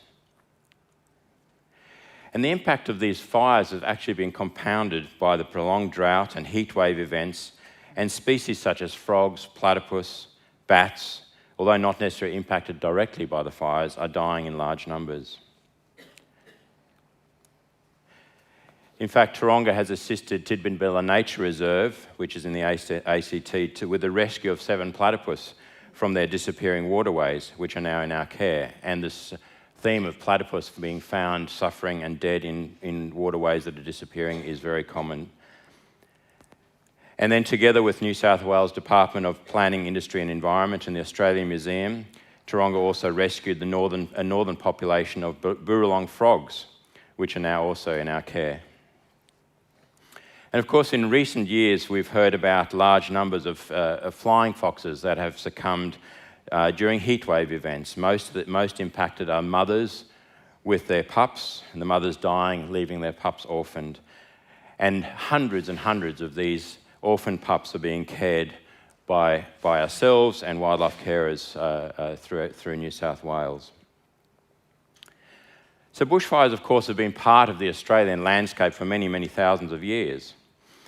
And many Australian plants rely on fire for seed activation, dispersal, germination and flowering. Others sprout growth after a fire, the so-called epicormic shoots. And many have fire protective mechanisms, such as underground woody organs, dead dense insulation around the stems, and many of our trees, of course, have very tall crowns. Similarly, many Australian animals are well adapted to dealing with bushfires. Many sense the fire long before it arrives, and they seek refuge in burrows, rock crevices or caves, while others flee or retreat to dams and creek lines. And koalas, with their thick, dense protective coat, climb to the top of the tall crowns of trees and curl up in a tight ball, and in normal circumstances would survive the fires. So why have the recent fires been had such a catastrophic impact on our wildlife and our flora? So with climate change, of course, we're seeing hotter and drier conditions, and fires are larger and more intense, resulting in crown fires and firestorms, these so-called megafires. And these adaptations of our fauna and flora are not protective in these conditions, resulting in catastrophic consequences for our plants and wildlife populations and individuals. And many animals sadly succumb and die in these fires. Those that survive suffer burns, resulting in pain and suffering. They lose habitat, food and shelter, and feral predators and weeds invade. So many organisations have been involved in this enormous effort, in the enormous wildlife response. And this, in fact, in some cases started well before the fires hit critical habitat.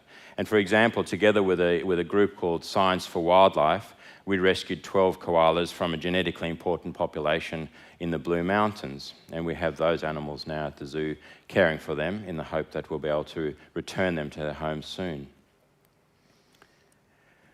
And the rescue of wildlife during and after fires is often very complicated by the challenges of searching the fire grounds. And in some cases, it may be several days before these areas can be searched and animals rescued. So bushfire-affected wildlife suffer burns, smoke inhalation, dehydration, exhaustion, and other injuries. An early assessment and triage are important to ensure optimal welfare outcomes for animals, and that resources are put into those most likely to survive. Another aim is to determine suitability for return to the wild after treatment. And these assessments may occur in the field, at the firegrounds, or in triage centres. And animals are generally categorised as healthy, and these animals may be released immediately or housed temporarily until suitable release sites can be identified. And there are others that require wound care and bandaging, and there are others that may require critical care, and these are particularly species that are maybe endangered or threatened species, or those that require specialist care. And sadly, a large number actually need to be euthanized. So wound care and bandaging, pain relief, fluids, nutrition are key elements to the treatment of burns patients. And then rehabilitation is an important component of the care of burnt wildlife. And this is usually undertaken by dedicated wildlife volunteer organisations. And of course, release is our goal and of our efforts, and very careful consideration must be given to how, when, and where this can occur. And one of the challenges that's being faced at the moment, of course, is that the habitat where these animals have lived does no longer exist, and finding places where to release these animals has become very challenging. And of course, many wildlife survive the fires, but they suffer starvation, dehydration, displacement, predation, and vehicle strike due to loss of habitat, food and water resources. An important component of the wildlife response is to provide support for affected animals through provision of food, water, and shelter. However, very careful consideration must be given as to how this is done to ensure no harm to wildlife and the environment. And there are many useful resources available to provide advice on provision of food and water to wildlife during and after these sorts of emergencies. And of course, under normal circumstances, it's not really recommended to feed wildlife, but after emergencies such as these bushfires, where they are starving and dehydrated, there are options for providing that support. So of course, now is the really difficult time as well, because following this initial crisis, our attention must turn to assessing the damage and the impact on species and setting long-term recovery strategies. And this involves restoration of habitat and species repopulation. And zoos in Australia are actually going to play a crucial role in managing breed for release programs to re-establish healthy, genetically viable animal populations of endangered and threatened species. And Taronga will lead this zoo-based breeding programs in New South Wales to repopulate species impacted by the bushfires and the drought. And these include species such as the Regent honeyeater, koalas, brush-tailed rock wallabies, platypus, and several amphibian species such as the corroboree frogs. Of course, invasive weeds and feral species tend to re-establish more rapidly than native species in fire-disturbed habitats, and their removal to prevent establishment where they are likely to displace native species is critical. And finally, we need to reassess the threat status of species severely affected by drought and fires to determine whether their extinction risk has changed or increased particularly. And a good example is the platypus, where it was previously considered least concern. They may now, in fact, be threatened. And then this little creature down on the right of the photo, of the slide, the aptly named critically endangered smoky mouse. This little creature may actually be extinct now. It only exists in areas in New South Wales and Victoria that have been impacted by fire. And we don't even know at this point in time whether this creature still exists in Australia. If it does, it'll be an emergency situation to try and recover the species, and that may require bringing several of them into care and breed up the populations for future release. And finally, I think just a big shout out to emergency services, the Australian Defence Force, wildlife volunteers, wildlife agency field staff, and dozens of veterinarians and veterinary nurses that were involved in this enormous wildlife response and still very much involved. Thank you.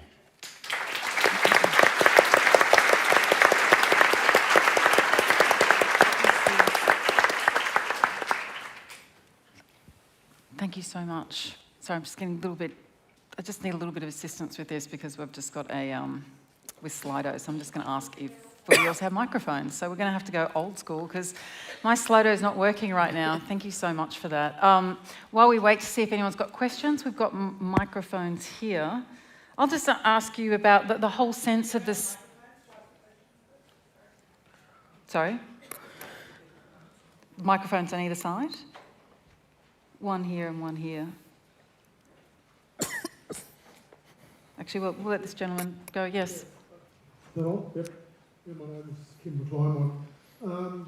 It's interesting. I've been an environmental professional now for well over 40 years, and I was driving home from work recently. I'm a National Park Ranger currently, but they were talking about the impact on mental health of the fires and the catastrophes. And something one of them said actually brought it home to me. Having been involved in environmental protection and management for so long, and being aware, particularly the last 10-15 years, of the impact of climate change and our mismanagement of the environment and destruction of the environment by various means, and being aware of this and trying to explain to people that we've got to change our way of life. And it was, with this catastrophe, it was a feeling of, bloody hell, it's arrived. All these things that, you know, myself and others have been predicting for so long, and being aware of the hard science. And I suddenly realised that's why I've been feeling so flat lately, because it's actually had a huge impact on me. And part of it's actually feeling like I haven't succeeded. You know, it's part of my problem, that I haven't done enough with the knowledge that I know. And I know a lot of my colleagues are starting to feel the same way. Luckily, a lot of them have been involved in firefighting, particularly with national parks, and I know that the pressure's come off now, and I know some of them have already said they're starting to feel flat about it. And it's an area which hasn't been addressed at all. There's the people, and rightly so, the people that have been involved right at the front that have been severely impacted.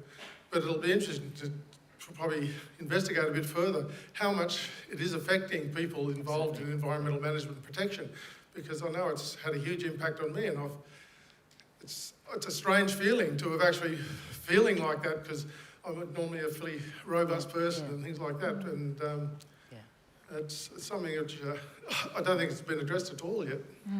Can I comment on that? Yes. Thank you. And look, thank you for sharing that, because I think that captures just so precisely how much of an impact this does have on so many of our mental health and well-being.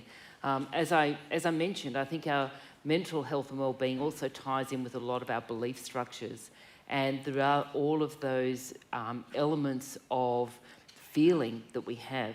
And one of the things that's most challenging about our mental health is, with our physical health, we often have signs that we can point to and say to somebody, look, I've got a lump, a bump, something's broken.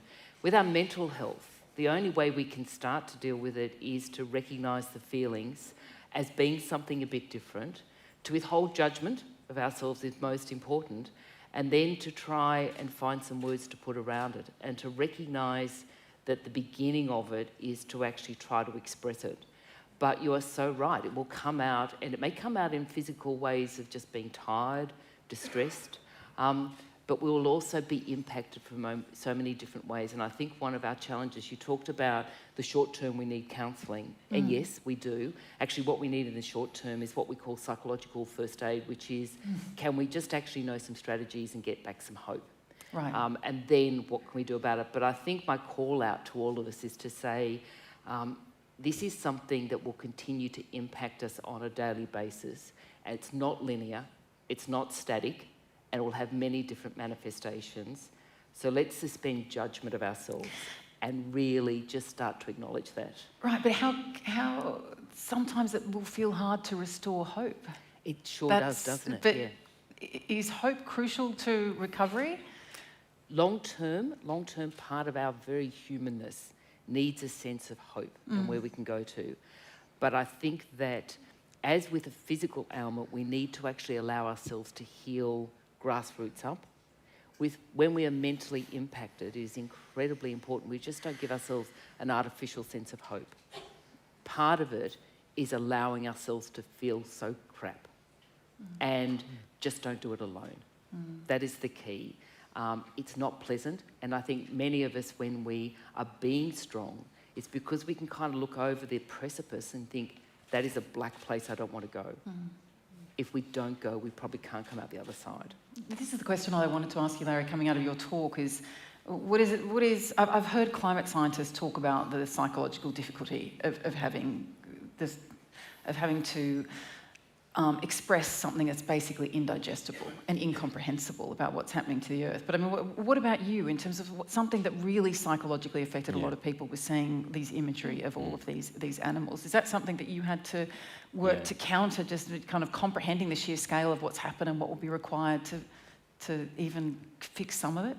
Yeah, I mean, absolutely. I mean, it's overwhelming, in fact, and I think this is one of the biggest issues with people that work in disaster situations, whether it be with humans or animals, is to deal with this sort of scale of death and destruction that's there, and it has a significant impact on mental health, and there's this sort of moral stress and compassion fatigue are big issues in people that work in these situations, for sure. And I think it's interesting because at the time you don't think about it, but it's really afterwards that you sit back and you go, my God, that's horrific, it's terrible, and you just feel the sense of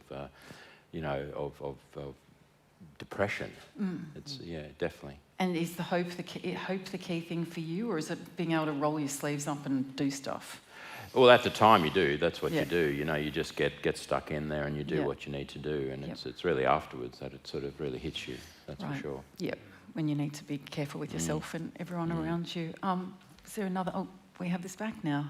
Oh, but you're waiting. Yes. Excuse it. Yeah. The science is quite clear. The climate's changing, and the rate at which it's changing is increasing. Since 1750. The planet has warmed on average 1.1 degrees. The World Meteorological Organization now says that we are on track by the end of the century to warm between 3.5 and 5.5 degrees. My question to the panel is, at what point does talking about resilience, adaptation, and worst of all, hope, become plainly immoral? When we, as a nation, are furiously complicit with our own self-destruction. Thank you. Yeah. Who would like to speak to that? Yes. Yeah. I mean, we have to rise up. Frankly, this is unacceptable. I think that, if this is what we're seeing at 1.2 degrees or 1.1 degrees, then the future at 4 degrees is unimaginable. And we cannot abide by it. We can't place responsibility on individuals to take action to change this. It is the responsibility of our leaders.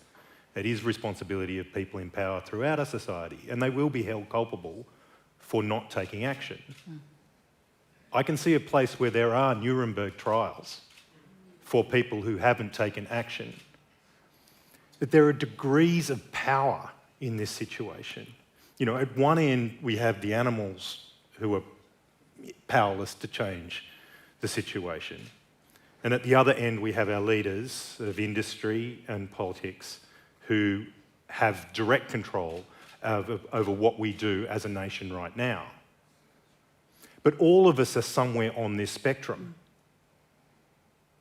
All of us have power to take action and to maintain some level of hope. What is the alternative? You know, if we can't see hope, sure, we have to go to those dark places, but we can't resign ourselves to those dark places because then we can't take action to make change. So we have to have hope. So I don't think it's immoral to call for hope. I think we must have hope so we can make change. And all of us must make change with the power that we have. We must use the resources that we have to affect change in society. And if you're a leader, if you're somebody who exercises a lot of power, you have to make positive change now because you will be held responsible.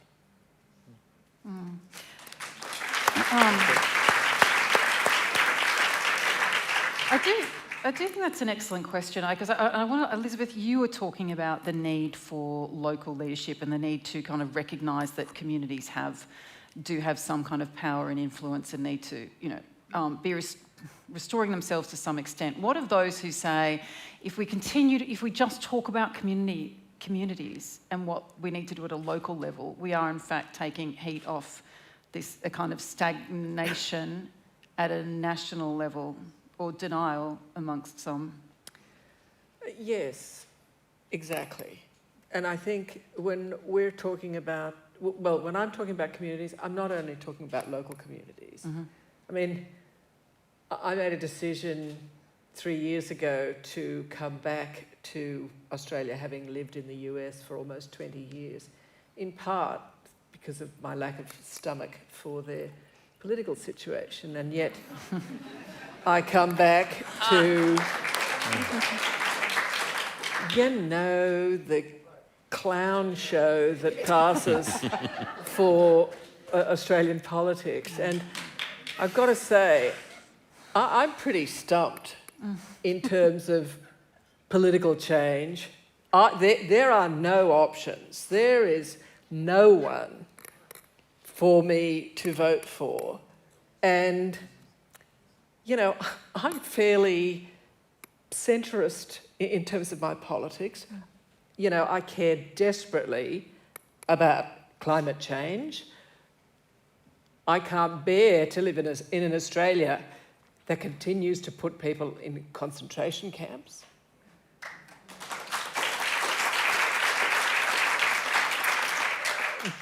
So for me, these questions about hope and action are inextricably linked. I wonder if out of this giant train wreck where we are at the moment, we will see really major grassroots non-violent activism. I guess in terms of my thinking, given the political options that we have, to me, that actually really seems like the only possible way forward. But I've got to say, I'm gobsmacked. I don't know what is going on in the Australian electorate, but I really hope that the fact that so many people now have been touched more directly or indirectly by these disastrous experiences, I'm hoping that's going to change the way people think.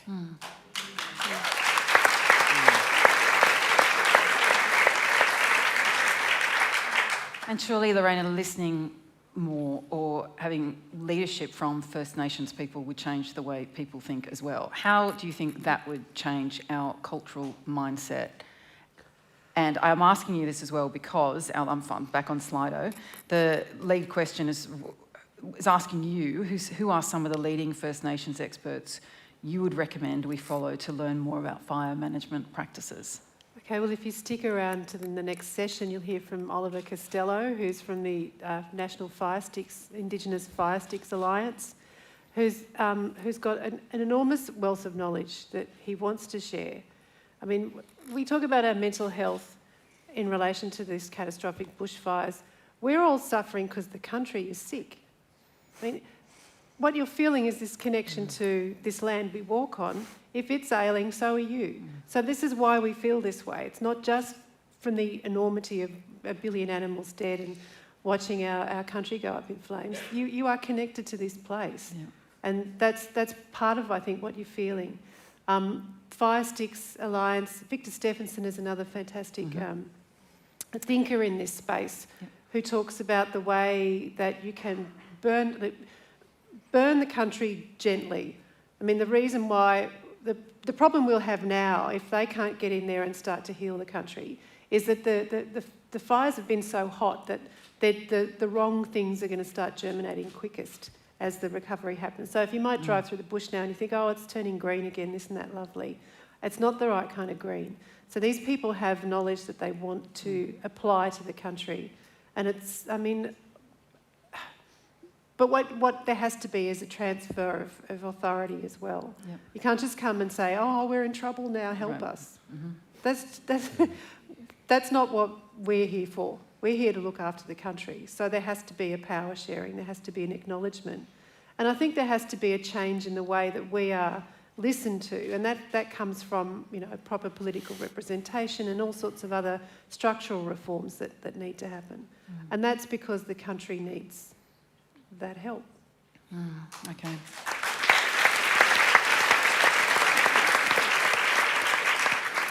All right, well, that is the note that we're going to...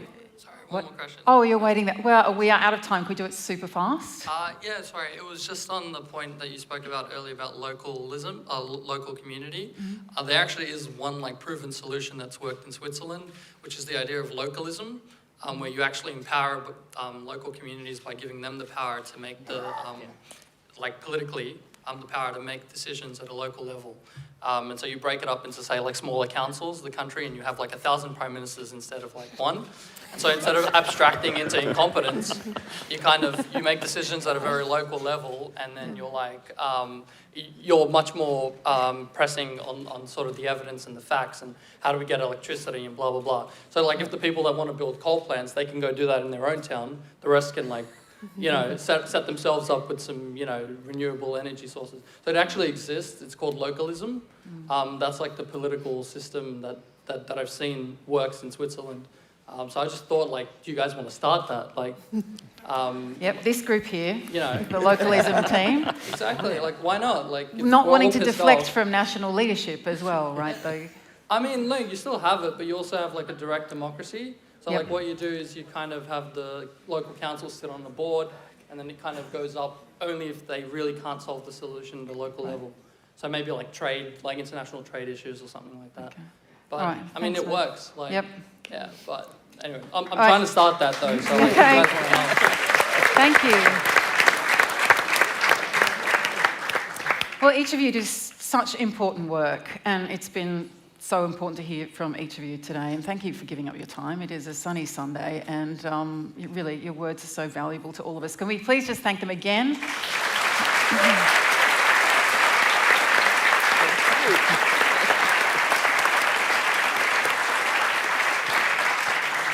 And I believe they're going to be outside for the next little while between sessions, so without swarming, I think they'll be available to answer some more of your questions, those we didn't get to. So thanks all of you for coming today.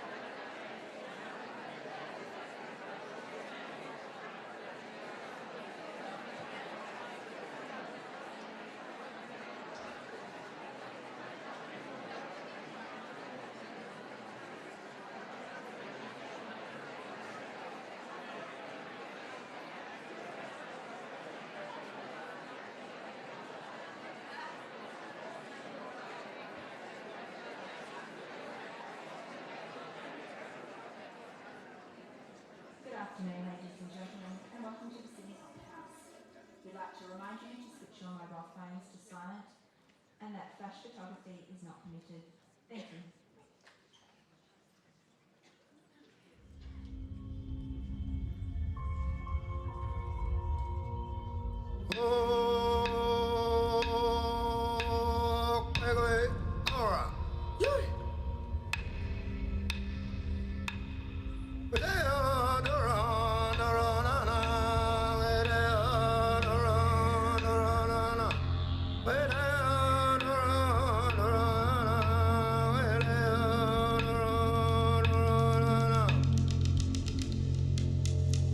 Welcome to Jubagali at the Sydney Opera House, now known as Bennelong Point. We acknowledge and welcome you to the lands of the Gadigal. Enjoy the show.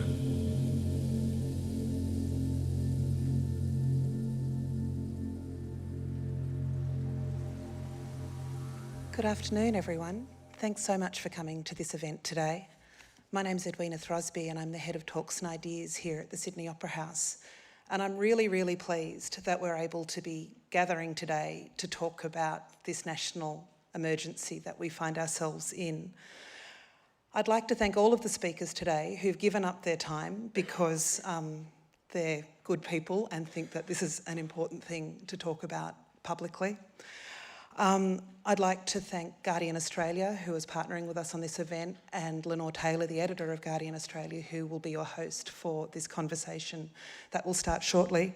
And I'd also like to thank our Auslan interpreters. You might recognise Sean Sweeney. He was doing the Auslan interpretation throughout the ABC broadcasting. It was incredibly important work, and he and Fran Collins are going to be translating this event today for you here and for everybody who's watching this via our live stream around the country. Lots of people couldn't make it here because their homes are still in bushfire affected areas.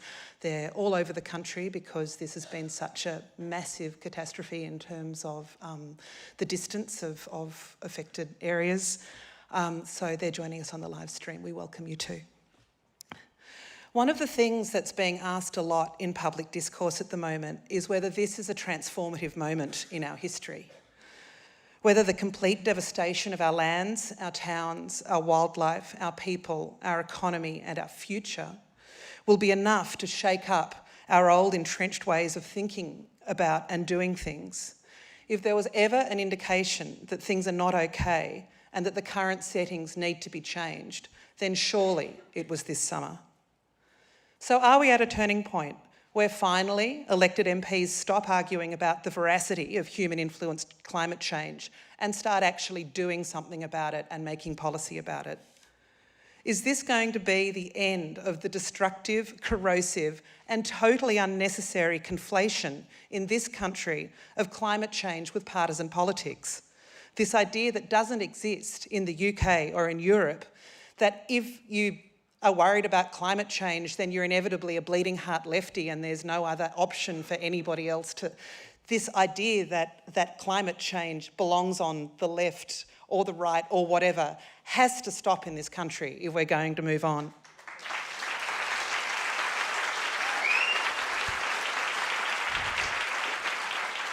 Can we imagine a situation where policy focus starts shifting away from a fossil fuel-based economy and export industry to something that is more sustainable? Surely we can get there. So people are saying, is this the turning point? Is this the time where we change direction? And there are good signs that it is. Sections of the media are no longer questioning the reality of climate change. So that's hopeful, right?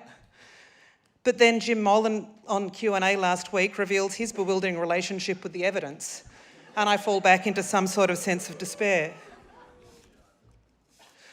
But then something occurred to me. We don't actually have to wait for somebody to tell us that we're at a transformative moment.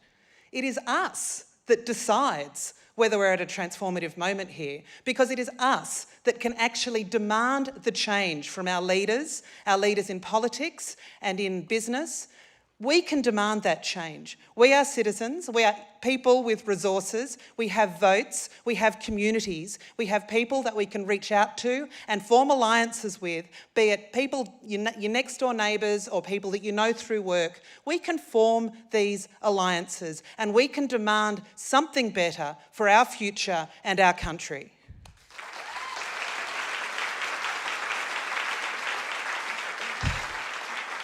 You've all come here today because this is something that you all care deeply about. The time for complacency is over. So let's use today to have discussions, to form the connections, to start building the networks, to continue the conversations that we need to have for everybody in Australia. Thank you so much for coming.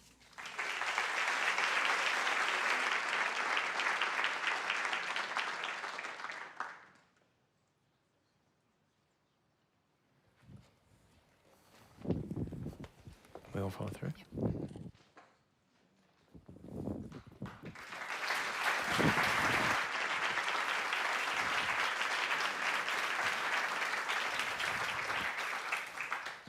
Welcome everybody. I'm Lenore Taylor, the Editor-in-Chief of Guardian Australia, and as Edwina just outlined, we're here to discuss some pretty big, pretty immediate and pretty pressing issues that are top of mind, I think, at the moment for everyone in Australia. And we have a really fascinating panel to have that discussion with. We have Professor David Bowman, who is a pyrogeographer. No one ever told me about that in careers counselling.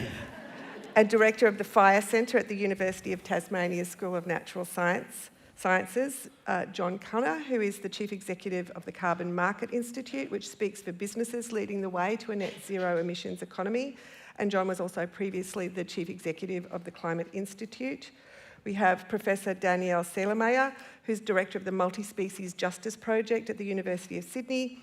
And we have Oliver Costello, who's a Bundjalung man who leads the Fire Sticks Alliance, aimed at spreading the understanding and use of Indigenous cultural burning to manage fires and the lands. Before I became... Yep, welcome everyone.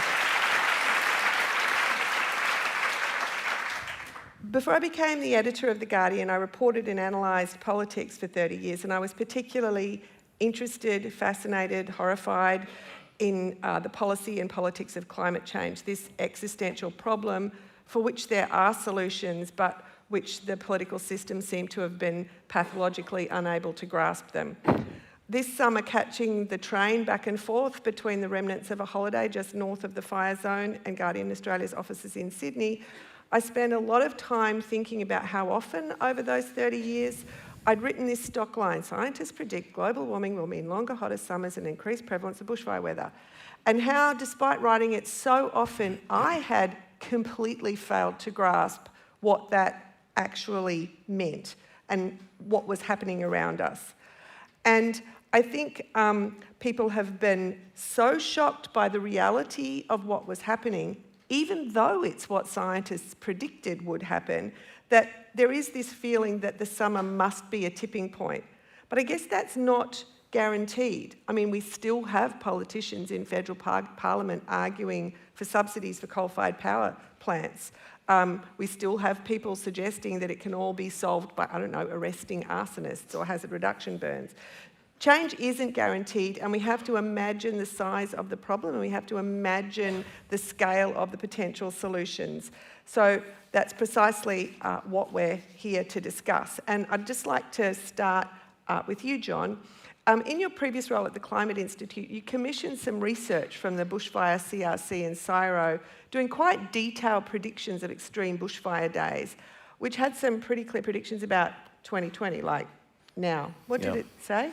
Yeah, well, we commissioned CSIRO and the CRC for bushfires and to look at the 5 weathers, and for the first time really do a detailed projection. And in fact, they actually had to create the 2 new categories of very extreme and catastrophic, because they actually did, so there wasn't sufficient there to explain, and so they were added onto the wagon wheels that we're also familiar with, and so I guess that's one legacy that we had.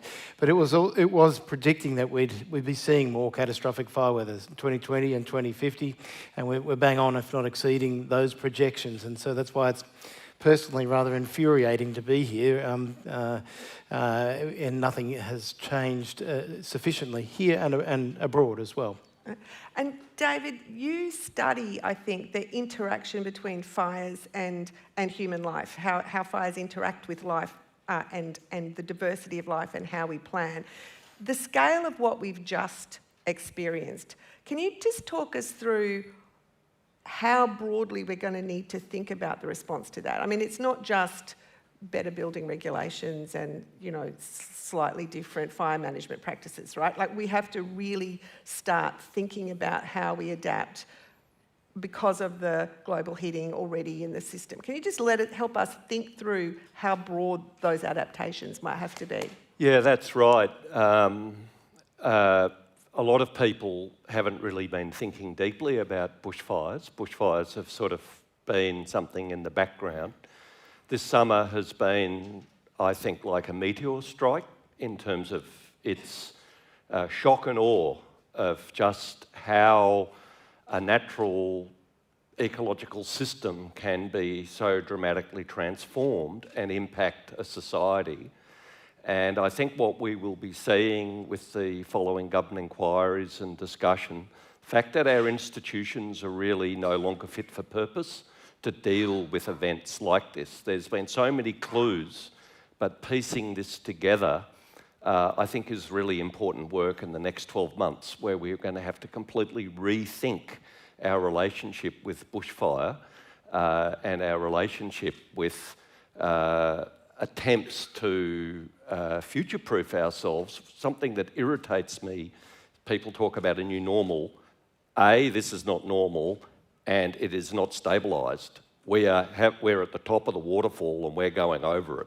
It's only going to get more intense. And we need to focus people's attention on that, you know, it's not like we've switched into a new state. We are in a massive transition. But give me some examples. Give me something tangible. What institutions? Well, yeah, very clear. The volunteer system isn't going to work anymore. So we probably are going to have a civil defence force of some sort. We're certainly going to have to be paying people. We're going to have to be reconciling the use of reserves, reserve firefighters with professional firefighters. We've got to sort that institutional mess out. Should fire agencies alone be trying to drive this machine? How can a command and control structure better devolve responsibility and empower communities to do the necessary adaptation work, which is really fundamentally challenging to an institution and also cross-cutting through government. What the hell is the role of the federal government in this? Nobody knows. Well, it did seem to change over the summer, but yeah. It was, you know, we had a situation where there was clear ambiguity about the role of the federal government. We don't even have national fire statistics. The actual area burnt and the severity of these fires is actually a scientifically open question. We still have different maps for different states, even when the fires Correct. are on the border. There is no national assembly. You can't just go to a database and query what happened. We scientists are, you know, scrabbling to create that knowledge. I mean, that is just ridiculous, and that's not adaptive. What about how we organise our lives, where we live, when we take holidays, where we take holidays? Absolutely. I used the holiday example as, you know, saying, well, maybe we're going to have to reschedule our holidays, you know, and people could, actually a lot of people got it. But what I was trying to do is that if you want to do the adaptation step, something as trivial as reorganising a holiday, that's a trivial thing compared to the heavy lifting terms of infrastructure and retrofitting our housing stock, which is not up to speed. If you want to scare yourself witless, go and look at the guidelines of what the defendable space around houses should be, and then go to Google Earth and interrogate most bushland suburbs. There is a complete disconnection. What are they? Well, we need a large area around houses. We need to be retrofitting our gardens. 20 metres or so of a halo. We need to be reducing fuel loads on the interface of the suburbs. There's a lot of science that we know, and the fire agencies know this, But the problem is there's no uptake. Now, do we go authoritarian and force people to do this, or do we empower communities to encourage and help them to do this?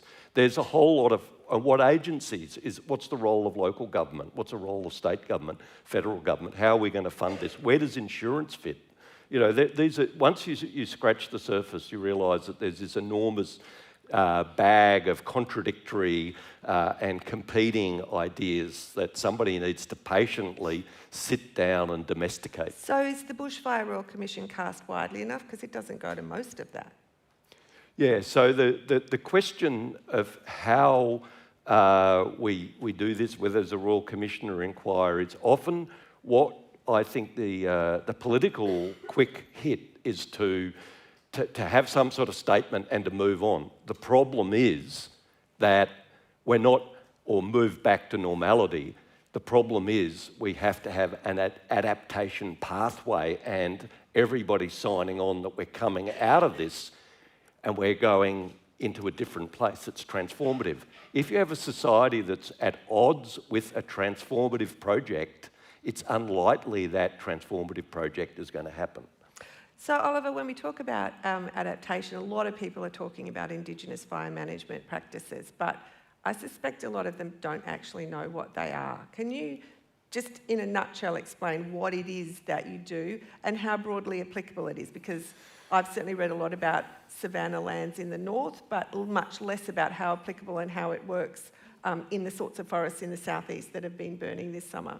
Sure. So firstly, I'd just like to start by acknowledging country and paying my respects to elders past, present and future here and all across these landscapes. Cultural burning is about burning for country. So all these Australian landscapes have different fire relationships. So all the plants and animals have different relationships and they come together in places as ecosystems. And so our old people over thousands of years developed relationships that were really quite strong based on those values. So we saw the plants and animals as family, as kinship. And we understood that they had these different fire relationships. So we would work reciprocally with the environment to introduce fire regimes that were beneficial to those plants, animals and those places. And they're different from place to place? They vary. And you might see, a koala and a gum tree and think that all across Australia, the koala and gum tree have the same relationship. Well, they don't. They have different relationships in different landscapes because of their own kinship, and people have different kinship too. So one of the most important principles around cultural fire management is around cultural authority and custodianship. And so wherever you go across Australia, traditionally, different custodians would have different roles and relationships, and they would be in charge of that fire. And so people would understand that, and they'd use that authority and that knowledge to guide their practice. But the knowledge is about when to burn, how to burn, what part. That's the thing that varies from landscape to landscape? Yeah, and we call it reading country. So, when you come into a landscape, you've got to understand where you are, who you are, so identity, all those things are really important. And then you can read the trees and the animals and the plants. And some people have got those skills that they can move into other people's landscapes and they can support that knowledge. But it always needs to be under the authority of local custodianship. Mm-hmm. And so I think you actually had done some cultural burning in some of the bushfire areas that have just burned. What did you see when you went back there? Yeah, so it's been very hard over the last 10 or so years since I started the Fire 6 project to actually see cultural fire in these landscapes because of the dispossession and colonisation and institutional racism that we've seen. So we have been able to kind of build relationships with some agencies and empower communities to practice their cultural burning. And so in some of those places, we've seen really beneficial outcomes. So, for example, 2018, we had the Bundanon National Indigenous Fire Workshop, which was held by the Yuin and Darrell people. So down on the south coast. Yeah, so Arthur Boyd's residents that he gifted back to the nation, Bundanon Trust. The Bundanon Trust have been really great supporters of Fire Sticks and the local community there. They literally gave us the property to run the fire workshop. And we did a burn there during the workshop. The young Yuin Darrell men that we worked with for over a few years led that workshop. Burnt over 13 days. They walked with the fire, carried the fire through that little bit of landscape there. And we went back there just after the fires. And where that fire had gone out that they'd tended for 13 days, is where another fire had come in and it had just gone out. Exactly. And, you know, on one side, you had where we'd burnt, there was green grass, the canopy was all there. On the other side, all the canopy was scorched and everything was burnt. And how does what you do work with or against or in contradiction to what the RFS would call hazard reduction burning? Yeah, so I don't like to think what we do is hazard reduction. Whenever you burn, you reduce fuel. But because of that focus on hazard reduction, I think people miss the indicators. So for us, it's about burning for values, about a healthy country. And so as a result, you have a hazard reduction outcome. You have a whole heap of other outcomes. But do you work with the RFS or not? We've got relationships with RFS and they've been quite supportive in some areas. But we'd argue that a lot of the hazard reduction programs are actually causing some of these problems because of the inappropriate fire regimes that have been introduced through hazard reduction burning. Because when you do hazard reduction burning, typically, you know, you're just focusing on the fuel, time since fire. There's very coarse indicators, and we respect, you know, the work that they're trying to do. We're not saying they shouldn't be doing it. We're just saying that we've got a whole heap of knowledge and practice, which is thousands of years old, that we're asking for people to support us to continue to practice. Okay, so John, there are market...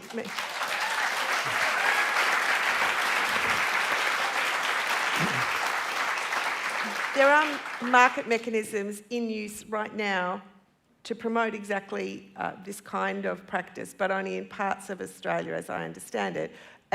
What would it take and how long would it take for those market mechanisms to help Oliver and people like Oliver to promote that practice in more parts of Australia? Can you just explain how that works? Yeah, so we've had a carbon market operating in Australia actually since Julia Gillard's carbon pricing mechanism, which had a cap and had a responsibility on companies to be reducing their emissions, their carbon emissions, and that they had to come up with credits, which if either they reduced their efforts or they actually had to go out and get equivalent what they called offsets or carbon reduction credits.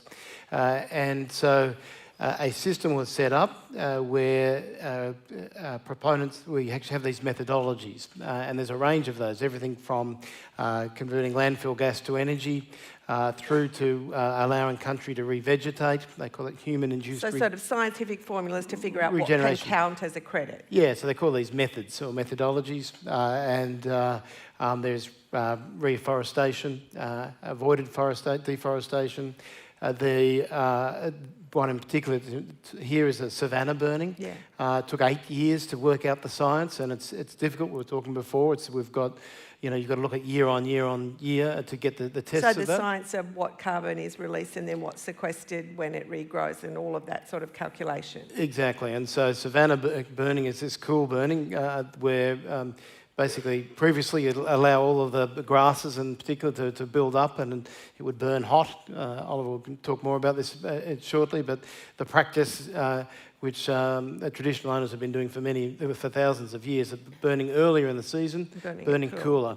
And so you can actually measure the difference between the carbon emissions that go up in those hot fires to that which is in the cool fires. But I guess what I'm asking is it practical, is it feasible to look to those market mechanisms to spread this practice far and wide if it takes 8 years to get a methodology, or is it going to, you know, take 8 years for it to...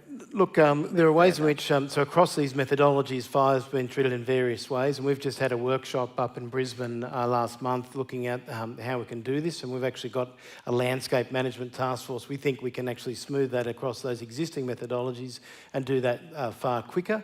Some of these newer ones, there might, in Southern Australia or Central Australia, some proposals might take a bit longer, so we're very keen to get along as quickly as we can with the existing ones and put that. So just for people to finish with the carbon market, after Julia Gillard's carbon pricing mechanism came down with Tony Abbott, the government has continued that by the taxpayer paying, and so there's the emission reduction fund. So that is still operating, and the market to some extent. Yeah. So Danielle, you were personally impacted by the fires over the summer, and you've been writing a bit about that. Can you tell us about your experience and why it's the absolute wrong question for me to ask whether you're okay? Right. So first, I guess the best way to answer that is to say that I want to begin by acknowledging all of the beings who weren't okay, the human beings and the more than human beings, and all of those who continue not to be okay because of the habitat destruction, the lack of food, the lack of shelter, and the ongoing threat. So it's not just about what happened, it's about the future that we're all living into, human and non-human. And, you know, when we were chatting out there, I said to Lenore that, you know, a lot of people will say to me, because they know I was living in a fire-affected area, were you okay? And the favourite question is, did your house burn down? And I live in a rainforest, so as far as I was concerned, my house was replaceable, the rainforest wasn't replaceable. So where we place value is the first thing that I think we really need to deconstruct. What is it that we're trying to preserve? So, you know, David was talking about adaptation around what we need to protect our houses, or Lenore, you were talking about when we take our holidays. But if we're taking our holidays to landscapes that have been ravaged by fires or flood, or ecosystems that are no longer functioning, or to mass extinction, then what sort of holiday are we having? And if we protect our houses, what's the world that our houses are placed in, are the sorts of questions we need to ask. So when people say to me, are you okay?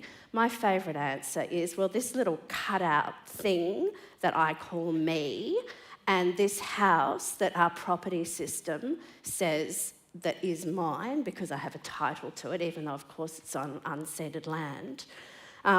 Yes, those are okay, but you need to re-embed that within a system of relationships which are so devastated, not just by the fire, but by the drought that preceded it, and also by this perilous future that we're living into. So the whole scale of temporality, past, present, and future, of this set of human and more than human relationships is very far from okay. And that goes, I guess, to questions of responsibility and how we think about responsibility. Yeah, so so my parents are Holocaust survivors, and after the Holocaust, a guy called Raphael Lemkin noticed that there was no name for this crime.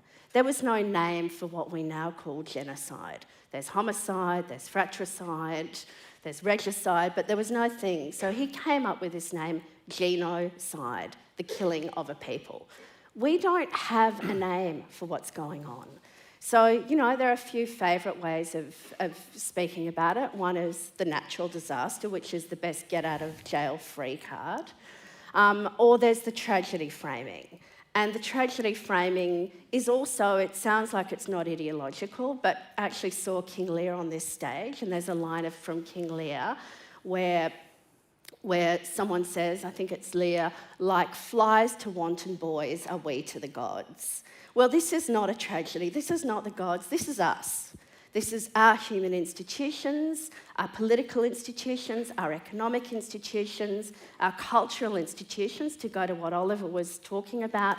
Even if we continue to look at forests as something that we need to control and reduce so that we can live healthy human lives, as opposed to understanding that these are earth beings with whom we share a planet, those sorts of cultural systems that continue to be based on notions of human exceptionalism, a hierarchy that places humans at the top, we are all responsible for that. Yes, of course, the responsibility is very unevenly spread.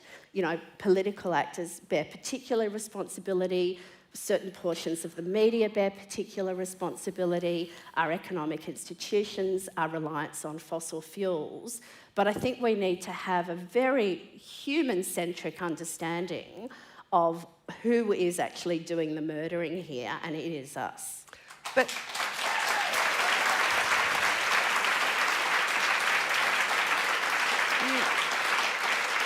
you wrote, Danielle, over the summer about, in terms of the responsibility borne by all of us, that there was sort of two Australias really, people overwhelmed by the reality of what's going on and people for whom it remains quite abstract.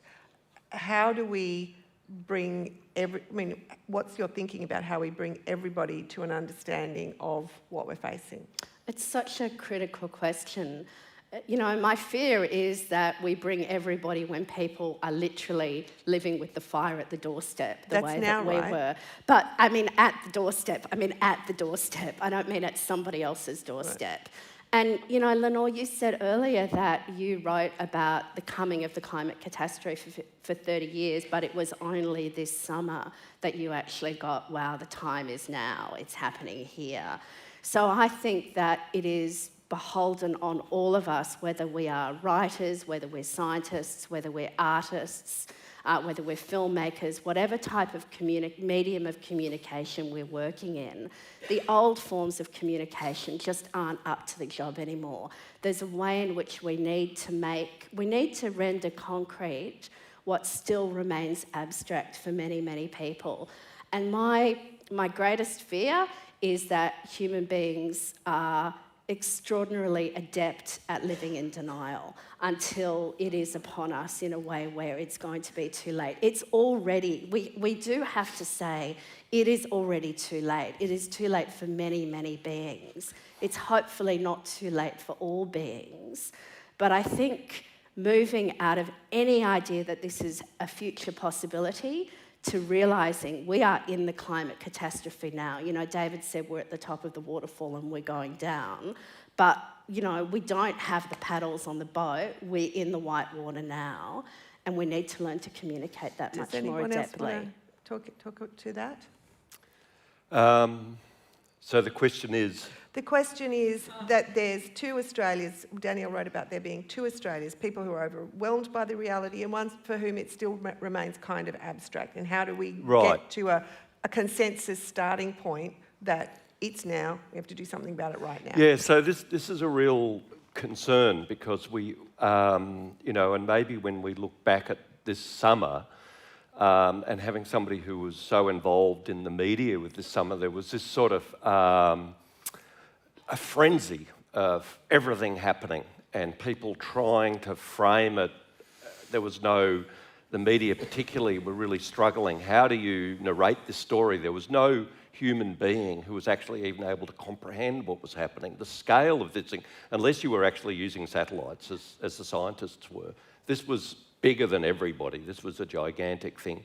Now we're moving, although the summer's not over and there is still danger, we're moving into a reframing stage, and there are new narratives being constructed, and there's great jeopardy here because we could start convincing ourselves that, oh, you know, we've had bushfires before, and, oh, you know, throw a bit more money at it. There's some people trying to actively convince us of that. Yeah, so it's a really, how do we not disempower people, but use this crisis as a way of animating the necessary adaptation steps that we need, and of course, ultimately recognise that decarbonisation is non-negotiable. But there's a two-stream argument that's going, that frankly, just going on about decarbonisation, yes, it's necessary, it's not sufficient. We also have to do some really serious work about thinking about adaptation.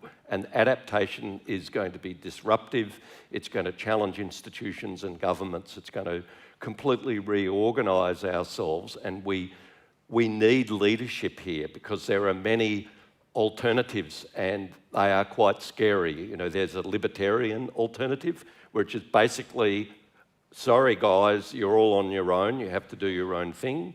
There's an authoritarian alternative. You know, we're not certain where this is going. You know, there's an economic rational alternative if the insurance industry is going to create enclaves of disadvantage, because there will be places that are simply no sane person would buy an asset there because it's uninsurable. So we have to start thinking about how we're going to plan and deal with this, and are we going to shoehorn the responsibility back to the individual, or are we going to take the communitarian spirit that was expressed during the fire crisis and ride that wave? I like to say after the bushfire, during the bushfire, everybody's a socialist. And then, you know, how long does it take to go back to the school of hard knocks and say, well, you know, sorry, it's your, you know, because that's actually the sort of society we're running. So we're in these weird, this framing and reframing moment, very, very important. And what comes out of the next 6 months is really setting us up for the next inevitable disaster, how well we're going to perform. And that's what I worry about. But that does take us to some broader questions, right, about how best to push forward political action and to break the sort of brain-dead political deadlock we've been on this for a decade or more. There's the sort of, I guess you could call it the Zali Steggall school. She's just introduced this climate bill to try and reset the political debate and bring everybody along with her. And she's asking everyone to lobby their local member. And basically, she's relying on, you know, the good intentions and the goodwill of good people in the parliament across parties to get on board and at least reset a direction for climate policy. Or I guess there's people who've sort of given up on the political process and joined Extinction Rebellion, or, you know, just take to the streets and force change. They're not necessarily either or options, but there is some tension there. What do you think, John? What's the best way for people to exercise agency and push this forward? Yeah, or do we need all of the above, maybe? If I can come back to your first question, and then I'll come to that, because I think what's very important, what's happened over this summer, is that we have seen broad acknowledgement that climate change is at least a factor in these fires, and that's across the political spectrum. And so for me,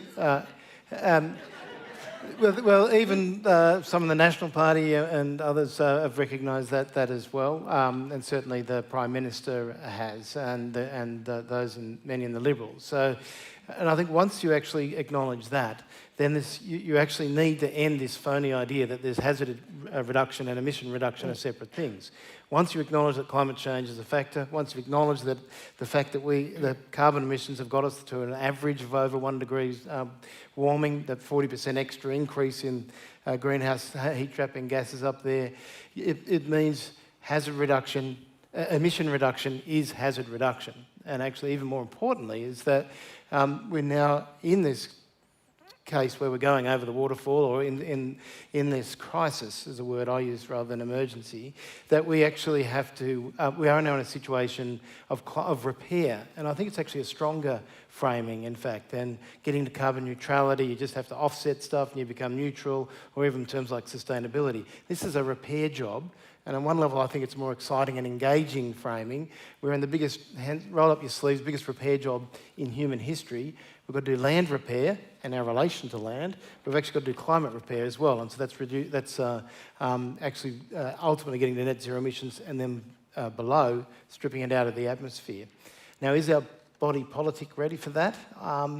At the moment, it's not passing the tests in flying colours, but we are seeing things dislodged. I think we are seeing moderate Liberals and Conservatives now realising that we've got to get to net zero emissions at least. So we are seeing these real debates, and very broad across the business community, recognising we've got to do that. And what Zali Steggall is trying to do is actually just set up some basic institutions and some frameworks and accountability and some transparency there, into which we actually brought back, and we have to have this conversation on a regular basis. And we are seeing the Business Council of Australia, others who've had a check at history and some of this in the past. You and I have lived through it. I welcome the fact that they're backing that bill. Does anyone else want to weigh on that? Yeah, I mean, I think it's a difficult question.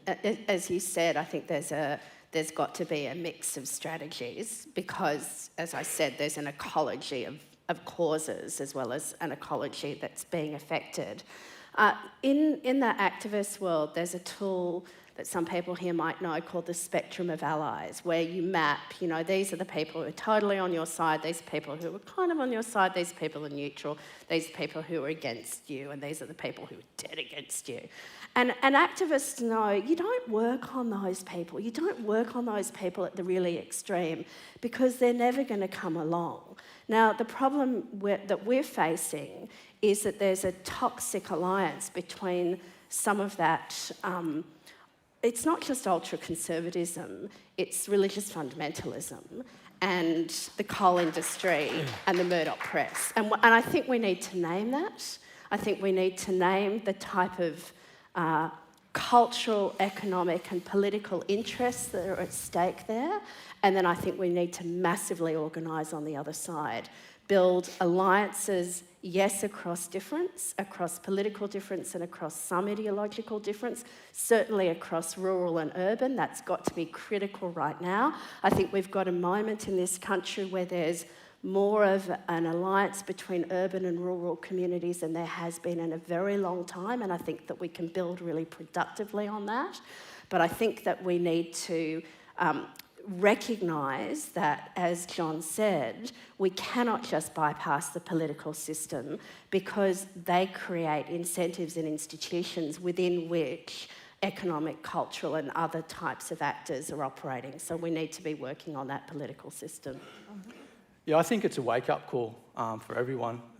People are dealing with these, like firsthand, the crisis as it's happening and how it's affected them, and others are seeing it from afar, and not a lot of people are empathising with that. And for me, the message that we're trying to share is about how we come together, about how we understand our role as custodians. Everybody here has a role. There's First Nations people that have been here for thousands of years that have understood that role and practiced that role. So we don't feel like we're fighting, a seen or unseen enemy. We feel like we're reaching out and asking for people to listen to us. I think a good analogy is people that saw Victor on Q&A the other night talking about let us drive the car. I'd say that we're in the car right now in a lot of situations, and we're asking the driver, who may be asleep at the wheel, may be distracted by the GPS because it's got the wrong data, maybe they're trying to avoid the crisis that you're about to crash into, but for whatever reason, they're not listening to us, and we're saying, hold on, we're here to help, wake up, give us a go, because we're not just asking to drive the car that you're driving, we actually made the car.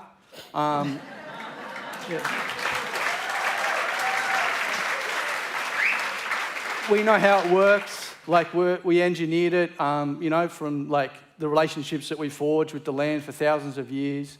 We've got the manual, it's the car, you just have to understand how the car works. And so, these are, it's a real thing that what we're talking about doing is actually changing the way we think about engaging in the landscape. Understanding the role of custodianship is critical for all living things, and it's all our ancestors know, all our DNA knows what that feels like, because all our ancestors go back to custodianship. And through colonisation and dispossession and the political apparatus that's been constructed, we've lost our way. And this is, not a new story for us. This is an old story. There's plenty of stories, all old people have these stories about when we learn about fire and what happens when people run off with the fire. And that's what we're seeing, these landscapes being destroyed because people have run off with the fire. And so we need to understand that law. And back to what you were saying about omnicide, which I'm trying to get my head around, I see plants, animals, in their place being wiped out. That's a crime because we actually have laws, and our old people, and we're trying to practice them now, have laws in place to stop that from happening. And we have been not able to follow and practice those laws because other laws have come in and displaced those laws. They're crimes. And people need to understand that. Things that have happened this summer should never have happened, and hopefully will never happen again if people start to follow the laws of the land.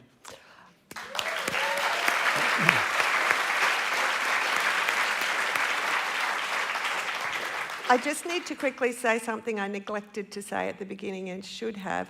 When we've concluded our discussion, we are going to open it up for questions from the floor. In the first instance, we'd really like to take those via a system I'm told is called Slido. And I think there's a Slido for that. So if you would like to submit a question, it will come directly to the tablet here. And when it's time for Q&A at the end, I can ask it from the tablet. Sorry, I should have said that at the beginning. Can I just jump in and just tell a story, which I think illustrates this from before these current fires? I was up in Cairns for meeting the Aboriginal Carbon Foundation, and these are the guys who've actually been pioneering some of the savanna burning and actually got a marketplace going there. And it was just tremendous because we had a number of the traditional owners from that country up around Cape York. They were there, they're getting benefits, they were actually getting financial flows from this carbon market. And so the fact that we actually have built this system, and it's through politics and through laws, build a system where actually these financial benefits can flow. And what was really interesting was that they had a long ag force who represents all the graziers up there, not your normal sort of hippie greeny characters and stuff, but they were signing an MOU with the Aboriginal Carbon Foundation. So this was actually changing some of the, not just the power dynamic, but the economic dynamic. The political economy was changing because these graziers saw, hello, here's an extra revenue stream. But if I can actually work it and work with the Aboriginal Carbon Foundation, they've got a peer-to-peer reviewing system, which is actually from the Indigenous communities, which got a premium in the marketplace, then they'll be better off. And so it was a win-win, but getting direct benefits to the traditional owners. And that happens because of markets, that happens because of politics, that happens because of laws, that happens because of changing realisation of what we can do if we actually work together and build on this repair job.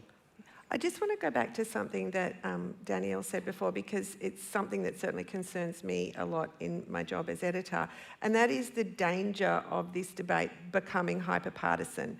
I think it really works in the interests of denialists and people who have a vested interest in preventing action on global heating to make this a matter of ideology or a tribal allegiance matter rather than an issue of science and facts. And I mean, this is certainly something I struggle with because I do commission stories to rebut obvious untruths or misreporting.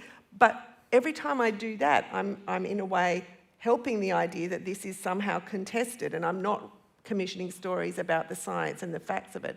I'm just interested in what people think about that, because certainly from my point of view, it's really important that we don't allow it to become a culture war, because it's not a culture war, it's facts, it's science. If I could just say something, I've spent 40 years of my life studying fire ecology. I've worked in Northern Australia, I've worked right across Australia, and I now primarily focus in Tasmania. And I can tell you one simple truth about fire ecology, and fire ecology is really complicated, it's place-based, it's nuanced.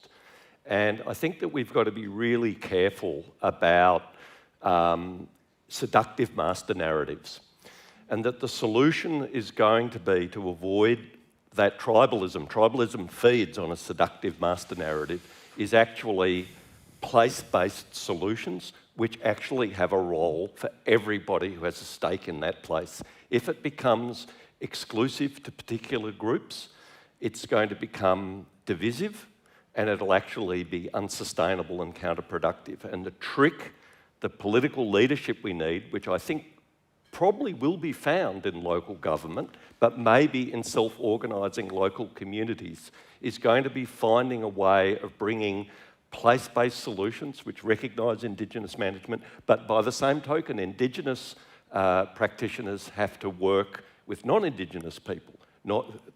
We do have land ownership, we do have water resources that need to be protected, we do have complex infrastructure that we can't allow to be burnt down. And if we fragment that and also champion, it's all a matter of more prescribed burning, well, actually, that's ridiculous, because you can't do prescribed burning in many environments. Or it's all a matter of just allowing Indigenous people to do all of the fuel management. There aren't enough Indigenous people who have the capacity. They're not properly funded to do it. They're not trained to do it. And to get that capacity would take decades, and we have months to get our act together. Months, handfuls of months, because this is pressing in on us.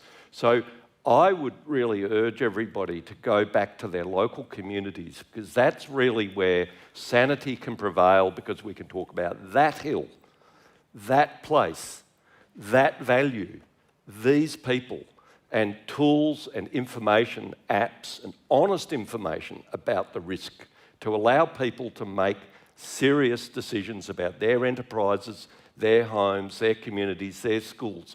They have to be empowered. And the crisis we have at the moment is, do we go the full command and control? We know what's good for you. And then you have to ask the question, fine, you do that, but what's the budget? Or the devolution, which means that we are losing control and we have to give resources back to the community. That's the crisis we're in.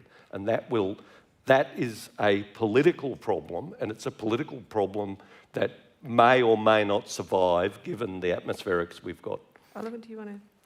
Yeah, I agree that there is a really important tipping point here around finding that balance, and supporting local custodianship, local communities is critical. I disagree that we can't do it. Aboriginal people have been doing this for thousands of years. There is a really strong movement of Indigenous fire practitioners across Australia. I think a lot of the work that's been demonstrated in the north in a pretty narrow window of time has demonstrated that we have a lot of capacity and we need to support that.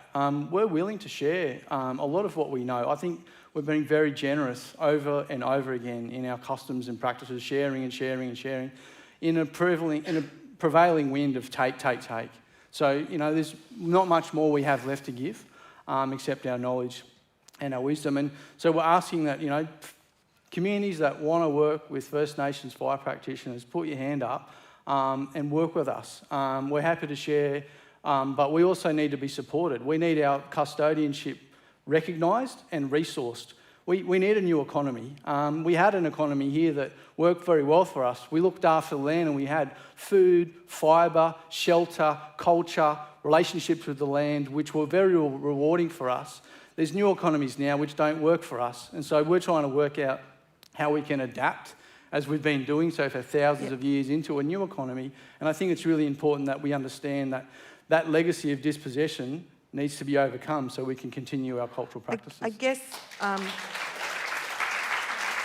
I understand these responses in terms of adaptation, but there's still the question of how we get past the roadblock of federal policy making, actual reductions in greenhouse gas emissions, regulatory policies on manufacturing industries and the emissions that they create. I'm interested in how we think we can circumvent them, go through them. Like, how do we get past the federal political roadblock? I mean, that was your day job for many years at the Climate Institute, and it was what I wrote about for many years, and I don't think either of us got very far. We haven't cracked the nut, have we? No, but we did. I mean, I think it is important to remember that we did actually have a system in place where we had a cap on emissions, and that we had companies taking responsibility for their emissions, and emissions were declining and the economy was growing. I think it is important to recognise the architecture that we have now, in fact. And so I've written in The Guardian about that the government says it wants to evolve its policy, and in fact it actually has a number of opportunities to do so, particularly this year. It's promised to determine a long-term strategy, and it's promised to do that before the election, and also promised it to the Pacific community. It is actually promised to be reviewing the safeguard mechanism, which is the mechanism which has still got some compliance responsibilities on our biggest emitters. So they would want to review that, because everybody who exceeds their safeguard gets a higher safeguard, so it's not safeguarding very much. They have, it's a pretty small safeguard market that they have to have there, but it is important to understand we do have compliance responsibilities on our biggest emitters. It's about, the question is what for? And so our argument is that you can move the baselines which drive that safeguard forward. There's a technology roadmap that the government is preparing, and so they're beginning to think beyond, because we've got to think beyond just energy in this equation. We've got to look at agriculture, we've got to look at transport, we've got to look at these other sectors which are some of our biggest emitters, and they're about to come out with a technology roadmap. They've had some experts doing some reviewing of some of the way in which the carbon market, which has been driven by the taxpayer fund for the last few years under the coalition government. So there are ways in which this can move forward. Now, you've heard me say this before, I'm a professional optimist. My job is to try and find these ways forward and how they can move. Now, that's worked a couple of times and hasn't worked a few more times, but there are opportunities there, and that's why it is important that you go speak to your local member. This is what actually counts.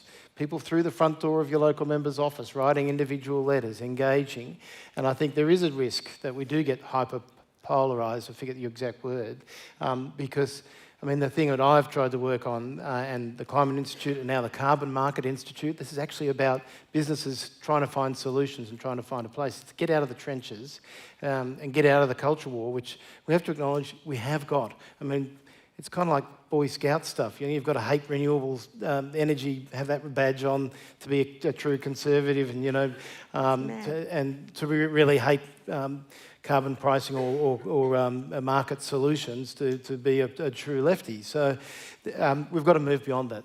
But is there, maybe Daniel might want to talk to this, I mean, a lot of the actual policy levers for these issues are actually in the hands of the states: transport policy, electricity generation, land use. perhaps this, and most of the state governments do have net zero by 2050 targets, so perhaps the states are a way of circumventing a federal roadblock, which I'm slightly less optimistic about. I think the states, and to go to what David and Oliver were talking about at the local level, you know, place-based solutions where people have, where there's an at-stakeness about the decision-making process.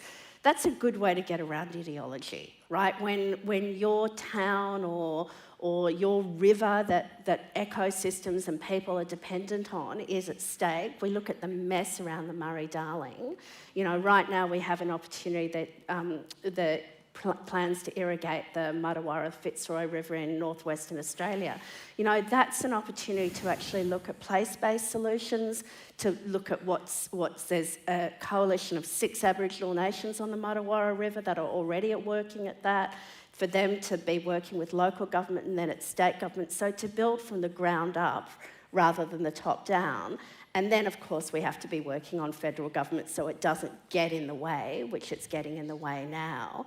But I really do think that place-based solutions from a very local level where there is concrete problems that are going to take people away from ideological arguments is a very good way in. And I think there are, just on the states, sorry to come through, I mean, it is important to acknowledge that, and yes, all the states now have either aspirations or formal goals for net zero emissions by 2050. A number of the states, Victoria's going through a process of, it's got a process and accountability, kind of like Zali Steggall's bill is there, and they're working out their budgets for that.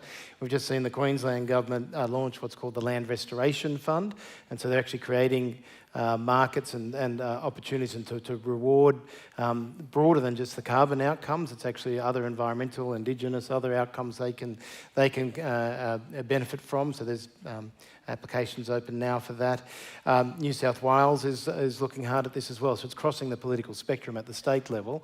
And that's what actually helped drive John Howard ultimately to back an emissions trading scheme back in 2007. Well, except he then wrote in his autobiography that he only did it because he was worried about the political consequences and he never really believed it. But he did it.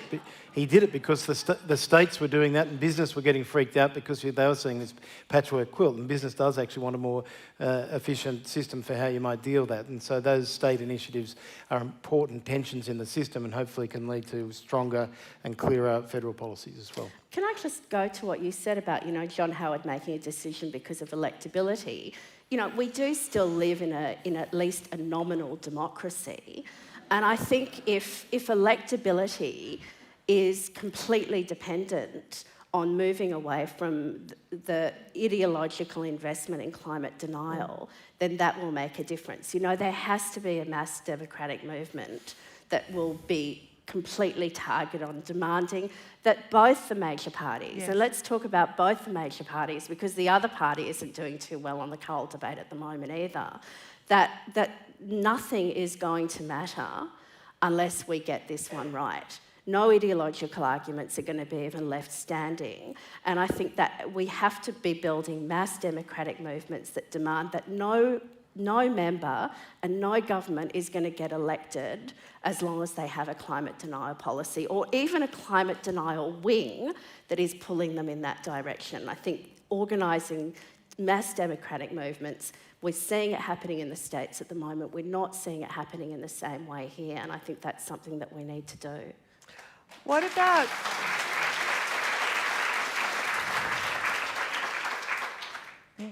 the role of business in all of this? Because one of the things that I get eternally frustrated by is how good we are at snatching defeat from the jaws of victory. I think Ross Garnaut is right. We can be a renewable energy superpower. We have all the elements to thrive ecologically and economically in a low-carbon world, and we just keep taking the opposite path. But it does seem like there are signs of change in the business community. I don't know if anyone wants to comment on that. Yeah, again, I'm seeing a veering into thinking this is just simply a carbon emissions problem. And it's a lot worse than that because we've got in the planning and the design of our suburbs and cities and the insurance, the exposure that goes with that. We've got to start thinking through the fact that in California, there are now large areas that are uninsurable.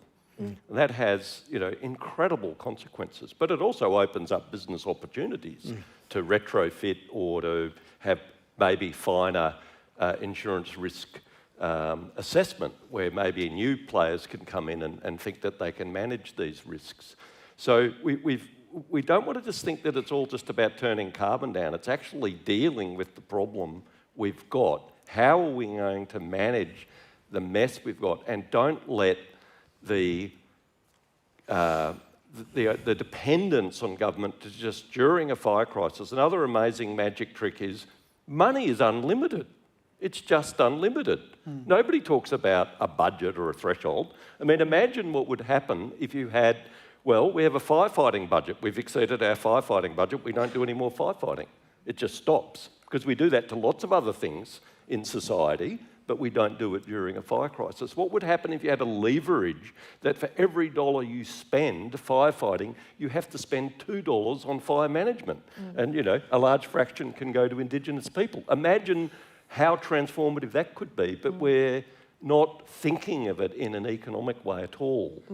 But on the question of business and emissions reductions? Yeah, definitely. I think it's what has changed, and is that we're seeing so many more drivers from the private policy pushing for the transition. And so we're seeing insurers, but we're also seeing investors. So superannuation funds, and this is where you as members of superannuation funds is really important, where you can be hassling your superannuation fund to be very active in how your funds are being managed. They're realising they're managing for 20, 30 years, and that horizon's starting to look pretty scary. Consumers are making demands across a whole lot of things. And then consumers can in a range of things, but so the investors and the price of capital is starting to change, and so you're starting to see this greater agency and starting to see switching off funding, other things. But there's business actually recognising that there are some opportunities there. Now, hydrogen's all of a sudden become very exciting. So there are a range of other opportunities. We've got the significant renewable carbon farming. We've got the landscape. Ross Garneau writes about this as well. So there's some opportunities within that. But we've got these other private sector drivers. We've got financial regulators, Reserve Bank and others now really worried about this as well. So those drivers are driving business into a transition, and there are companies leading this and are actually pushing for this as well. I just want to comment, because you started off, Lenore, by asking David about, the way that we're imagining adaptation is just too narrow. I think that the way that we're imagining economics is also too narrow. And at risk of being the communist on the stage, I think as long as we think that all we need to do is change the object of capital investment, but keep in place the levels of inequality and the type of concentration of wealth that we have, we're just going to be delaying the problem. Yeah, maybe we will become a solar powerhouse. But those things can go together. I mean, that's the whole idea of a Green New Deal, right? Yeah, but we have to be talking about that, right? We can't just be talking about how do our super funds move to a different type of investment, but not be talking about the concentration of capital in particular hands, or the way in which the capital structure itself generates systematic inequalities on the basis of class, race, gender, etc. So if we're going to take this as an opportunity, and I actually loathe the language of opportunity because we're dancing on the graves of many, many beings. So we have to be very careful about talking about it as an opportunity. But if we're going to be talking about transformation, I think even though we've got urgent tasks ahead of us, we have tomorrow to act, not 6 months or 15 years, we also need to be thinking about what are the much more structural transformations that we need to be able to start to imagine in our economic and political systems. So that, Oliver's been talking about the systematic exclusion of Indigenous people, but it's also the systematic exclusion of Indigenous knowledges, because Indigenous knowledges understand the world in a particular way, which is abhorrent to the logic of colonisation, which is a logic of domination and extraction. So those are big changes to be asking for, but unless we're thinking about them and reimagining what an economic, cultural and social system can look like, which is not based on extraction and domination, then all of the recalibrating where investment goes is only going to get us so far.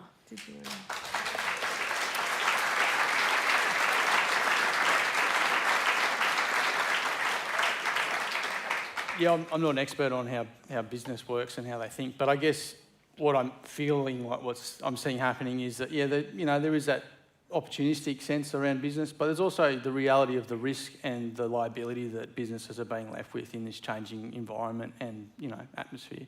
So I think that's the real challenge that we all have to come to terms with, is that how does it affect us, and then what can we do to make change? And I think that making change element is about solutions.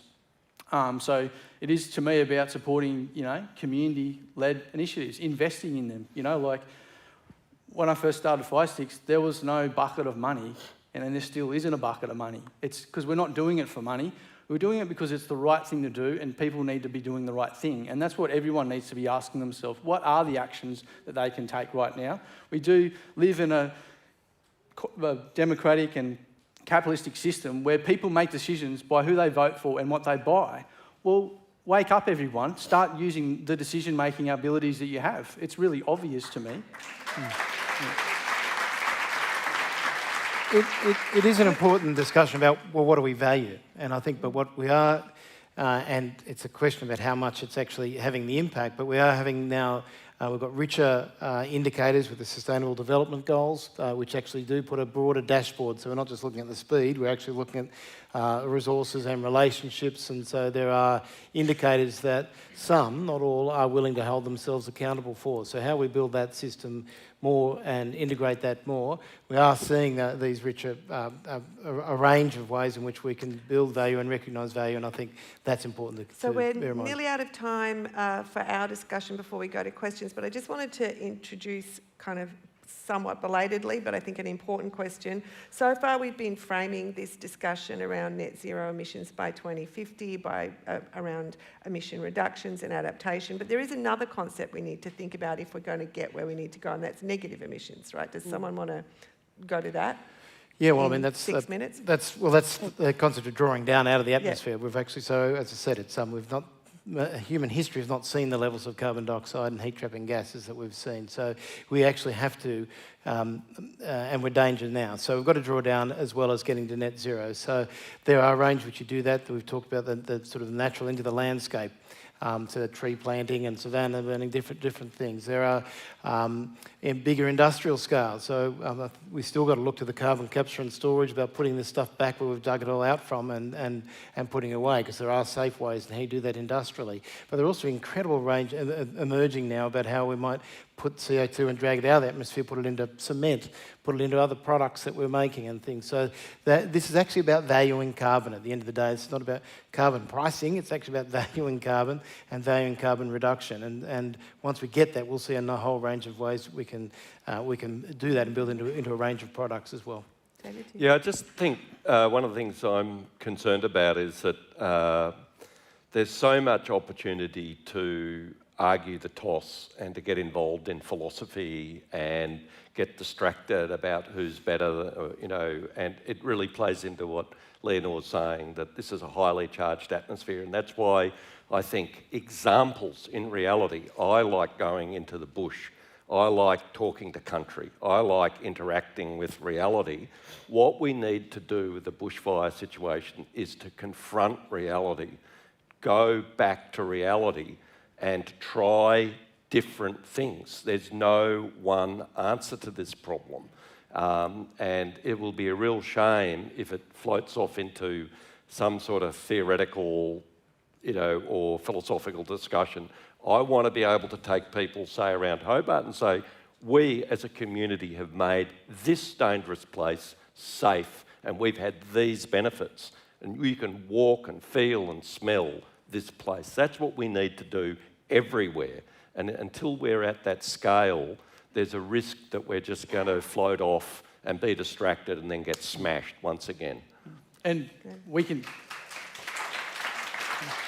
And I can take you to places right now and show you that, where we've had a little bit of support, a little bit of investment, we've had this amazing outcome. And that's, I guess, the proposition is we do need to drag down carbon from the atmosphere, but that's actually like growing stuff, like that's actually doing really positive things. So it's realigning our values in our economy so that we're actually investing in people that are doing good things. They're actually looking after the country. They're actually looking after the society that they live in so that people understand those values and practices.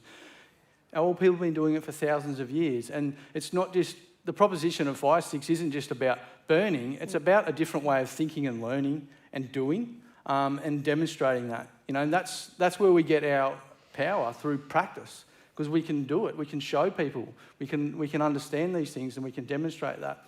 So we need more examples of that. And, it's not, there are other technologies out there. It's not just fire, but there's a whole heap of work that needs to be done. And I think those values frameworks that all people can relate to, because all their ancestors go back to understanding those things. It's just that they've been lost along the way. And so that's an opportunity that we have now to actually realign ourselves. Wake up. We're living in a different place than we thought we were. And start to practice ways of being and ways of doing things that are actually more beneficial, not only to us, but also to our fellow beings, wherever they are. Can I just add, just building on what Oliver's saying, is, we do have technology for taking carbon out of the atmosphere, and that's called trees. And right now we have legislation in Queensland and New South Wales which massively increases deforestation. So yes, we need to be building the technologies that are going to directly alter the future situation, but we also need to be deconstructing the legislative frameworks that There's actually a discussion that as a result of the bushfires, it would be wise to ease the land clearing laws. Absolutely. We had our political representatives saying, clearly there's too much fuel load, we need to deforest. Handing capital forestry investors exactly what they wanted on the plate, destroying our fellow earth beings who are helping us to decarbonise the environment and setting us up for an even worse bushfire season next year or in 2 years or in 3 years. And we do need to name that. I hear what you're saying, Lenore, about not trying to make a hyper-partisan debate even more uber-partisan, but at the same time we need to call out policies that are clearly from every science-based, earth-based, Indigenous-based, place-based, going to be destructive of what all of us want for our lives. Which is what we do every day. Not unsurprisingly, given the conversation we've been having, we have a lot of questions. So I'm going to go to questions now. And the first one is from Anonymous. What is the best thing I can do as an individual to help the climate crisis from getting worse? Who wants to take that one? Come on. Well, you're a citizen, a consumer, and at least a superannuation member. There's the rest I don't care about too much, but you can, as you say, as a citizen, act not only talking to your political representatives, but join groups, join organisations that are dealing with that. As consumers, be conscious about what you're buying, and as a superannuant, hassle your superannuation fund to be taking an active approach on that. That'd be 3 things. I would say get politically organised.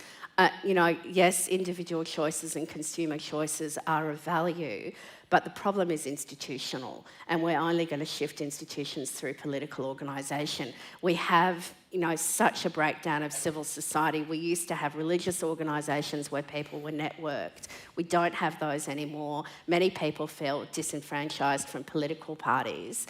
But get organised with whether it's Lock the Gate or whether, whatever your flavour is, Extinction Rebellion, the Labor Party, the Greens, but get organised so that you can collectively bring about institutional change. I think that's the most important thing for all of us to be doing. Does anyone else have a view on that one? Yeah. I think it's education, like educate yourself around things you can do, advocacy. So once you've got this education around things you can do, advocate to others about the things that they can also do to help you achieve the things you're doing. So then you're into leadership, then you're starting to lead. We can all lead, but we also need to be able to step back as well and let others lead. It's a reciprocal relationship, leadership. Many people don't understand that. That's the problem with leadership. And the other thing is become custodians. Take on custodianship. Understand that you don't own everything and you don't need to. You can actually just support things to happen in a good way by being respectful, taking responsibility, and reciprocating. The next question is also from Anonymous. How can we ensure we do not leave out those people whose lives will be severely impacted by change from fossil fuels to renewables? What language do we use? I was just going to say, I think that we just need to make a commitment to support people to adapt. And, you know, there's new economies that need to be created in these landscapes where people are going to find challenges because of the change. We just need to commit to that. And, you know, like land management, for example, you know, there's so much land management needs to happen now. Why aren't we investing in that? Why aren't we supporting, you know, like I would say support custodianship and First Nations people to lead so we can educate and support people to become good land managers so that they don't get left behind. There is resilience in communities and that people will make sure that they're looked after. Does anyone want to? I'm not quite sure how to answer the language part of that question, but I think if we're interested in ensuring that no particular groups or people are systematically excluded, we need to be building radical democratic institutions at the local level that give space for representation and inclusion. So right now we have a pretty thin representative democracy where for most people that's voting. Once every 4 years. Once every 4 years. But there are, you know, political scientists and political theorists have explored a whole range, as have many communities, it's not just at the expert level, have explored a whole range of forms of deliberative democracy that make space for broad representation, and that has to be curated in a way that recognises radical power inequalities. So, for example, it's not about who has the loudest voice or who's willing to stand up in a room, but to build representative structures so that you make sure that no human or non-human group fails to be represented in decision-making processes. A question from Ian, a practical question for David Bowman. Why advocate 20-metre buffer zones when local RFS captains say that 95% of houses that burn are satellite by embers that can be blown kilometres? Well, the research has shown that it's the gardens and the condition of the bush is very important, but the question of ember attack and retrofitting houses to withstand embers is absolutely critical as well. And with the modern building design, houses are more likely to survive than the older building stock, but we've still got a long way to go with ember storms. And the question really is, how do we do that retrofit of our gardens, our bushland and our building stock? And how do we do that in a just way? And that's really, on the table. Do we let individuals wear the cost, or do we try to find a way to help people optimise the solution? Again, it's a local, place-based solution, so that's where local government is going to become really important, because, just a particular rule may or may not be appropriate depending on the environmental context. So, we could argue about, the width of the buffer, and so it really depends on the bush you're surrounded by. So that comes back to these place-based solutions and empowering local governments and empowering the communities to do the necessary retrofit work. I have a question from Melanie, which I think is best for Oliver. Are there places and situations where it's too late for cultural burning? I don't think so at all, no.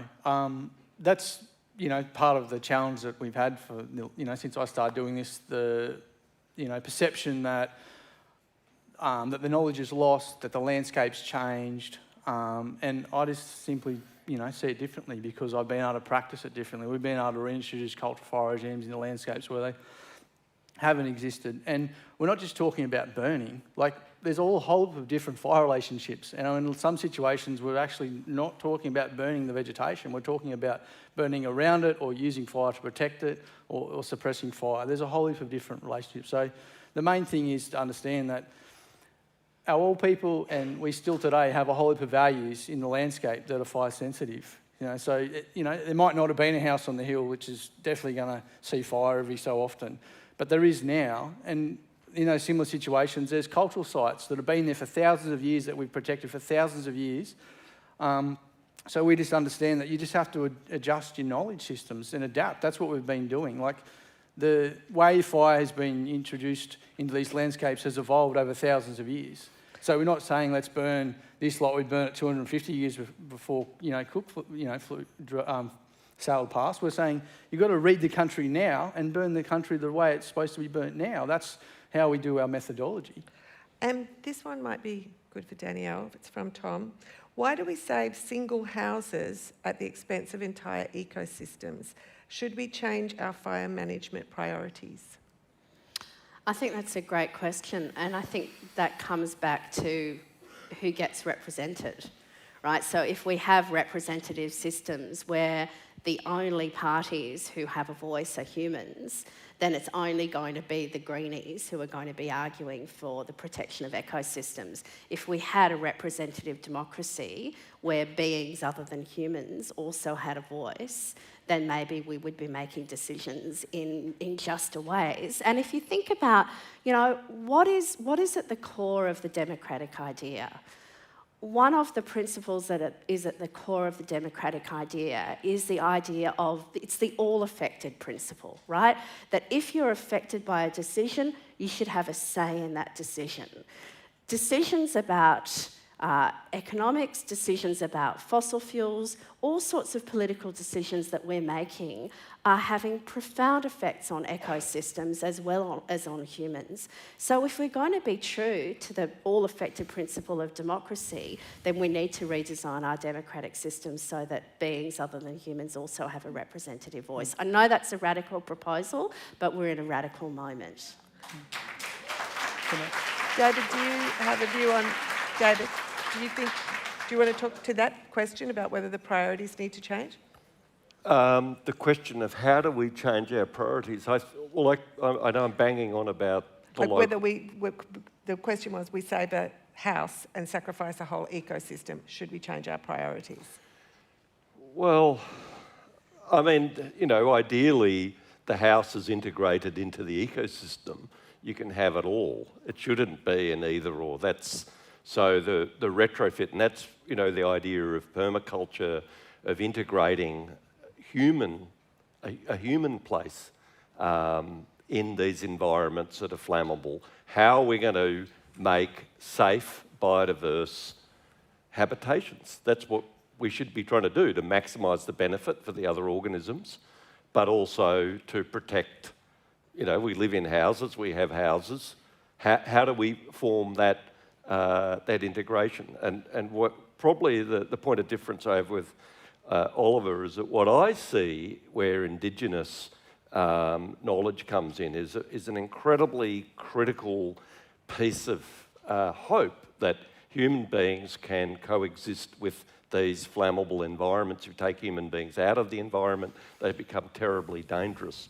But the sorts of future environment that we're going to have because of climate change and the sort of damage we've already done means that we're in a process of something which is going to be quite novel and syncretic, and there's got to be a role for Indigenous people in that, but there has to be a role for the non-Indigenous people to create, ultimately, a new, sustainable Australian environment. That's the journey we're on, and soon, in other words, let's snap out of this and say, let's imagine a future where there isn't such a thing as a bushfire crisis. There are bushfires, they're just not a crisis, because we've cracked the problem, just as the Indigenous people who managed Australia had achieved that. We're going to have to achieve it collectively with a new circumstance because of climate change and the impact of colonisation.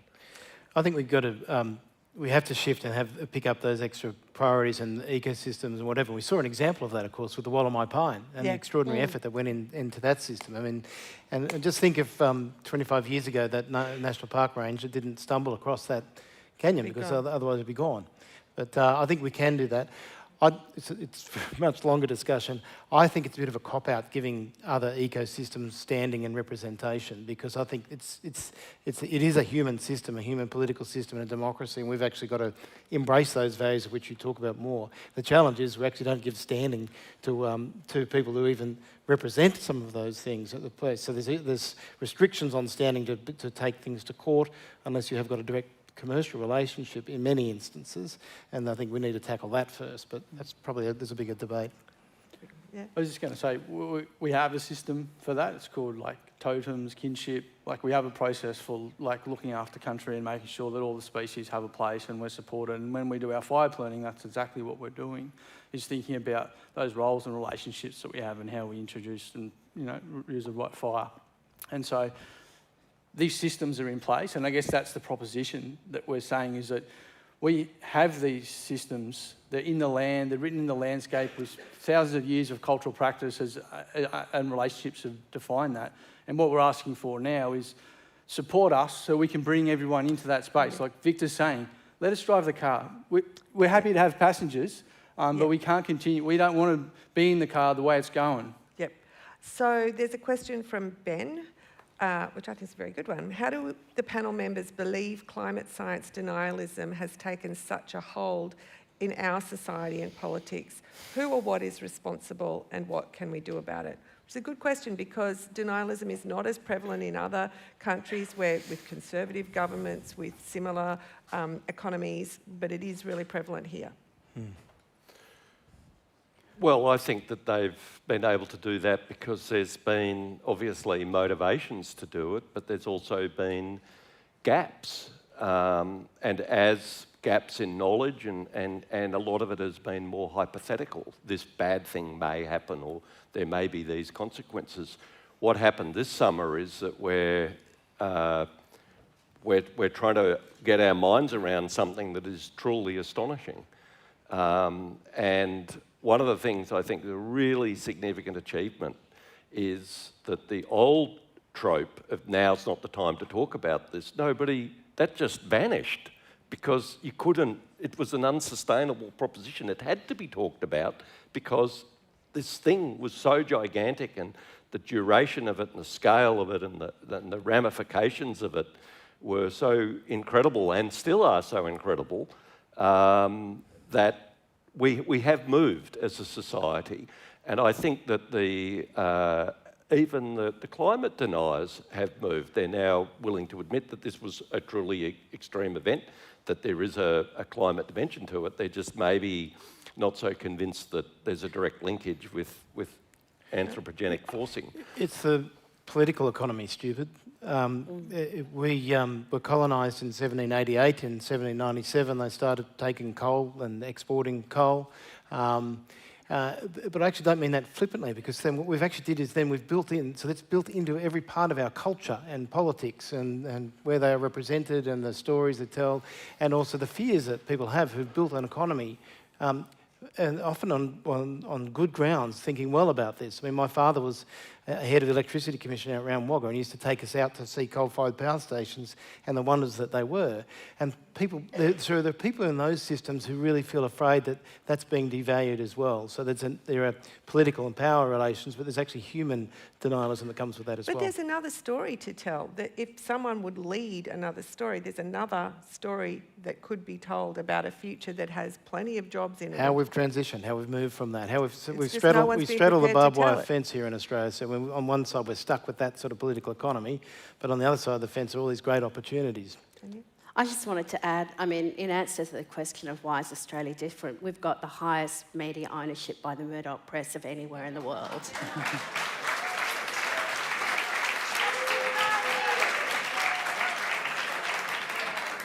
But I'm very pleased to say that in January, 6.5 million Australians read Guardian Australia. And I think our last question is, what would a Green New Deal look like in Australia?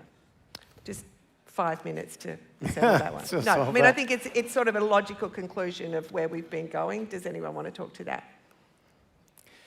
Well, we've built, I mean, I've worked on building alliances for the last 2 decades, and we had a great alliance with the ACTU, the trade unions, the Council of Social Service, the social groups, environment groups, and business groups have come on board. And what's remarkable is actually there are incredible alliances out there ready and willing to move. A couple of things to make sure you manage the transition. We talked about you've got to actually look after the communities that are affected right now. But I think it's actually important that you have clarity about where we need to be, and that's get net zero emissions and actually negative emissions. It's actually opening up these other opportunities, and it's got to address some of those equity and other issues as well. So it's not beyond our wit. People have been working on this and been doing it the last decade or so. David? So whether you want to use that phrase or not, because that may even alienate some people, but really the solution to the bushfire crisis is the mixed economy. We need regulation and enforcement, but we need innovation, we need investment, we need public-private partnerships. We need the full catastrophe, the full... we don't need the full catastrophe, we need the full bag We have the full catastrophe. We don't need we have had the full catastrophe. We need the full bag of tricks, but what is at stake is really to have an ideological battle about the Kodak moment and then just say, no, Kodak is fantastic, print film, it's awesome, we've just got to keep doing this, it's just awesome. Whereas actually, if you can let go of that and move into the fact, suddenly there's this, wow, digital everything, and everyone's got a phone now, and it's just so, we can't even believe that people used to take a canister to a pharmacy and, so that's the sort of opportunities we have, something that is so transformative, but that transformation has to be done in a mixed economy, and it's got to be done in a democracy, and it's got to be encouraged, and it needs political leadership, and I suspect that leadership is actually going to come from the local scale. Oliver? Yeah, I think it's a much bigger thing than the bushfires and the climate crisis. I think it's, to me, as an Aboriginal person, there's a bigger awakening that needs to happen around custodianship. And I think, if you look at we're trying to deal with sovereignty issues and treaty issues and all these underlying kind of factors, which I think have led to this. From my point of view, we're here now because First Nations people all over the world have been colonised and because people have been detached from their relationships to the land. That's why we have climate change. Because people are losing that connection and they're losing that sense of responsibility. And it's not just a local responsibility, it's a global responsibility. And that's the challenge that we have now. Like, you can't hide from climate change, because it's going to be everywhere. And so there's some benefits in that. And that's what we should focus on, that there are these opportunities. There are opportunities that we all, as humans in this world we live in, understand that will be impacted. And so we all have a responsibility to make change. And so we need a new deal which is actually supporting custodianship, supporting First Nations people all over the world to lead and to welcome people in that want to be a part of following the laws of that land that they're living on and the laws of the world that we live in. And that's to me the bigger deal that we need to make with ourselves and as communities. Instead of just focusing on our own sort of law making, focus on the laws that make the world work. Like, how does it work? It's pretty obvious, like carbon, oxygen, leaves, like all these things are actually happening. There's scientific processes. People need to understand them and actually make the right decisions. Daniel.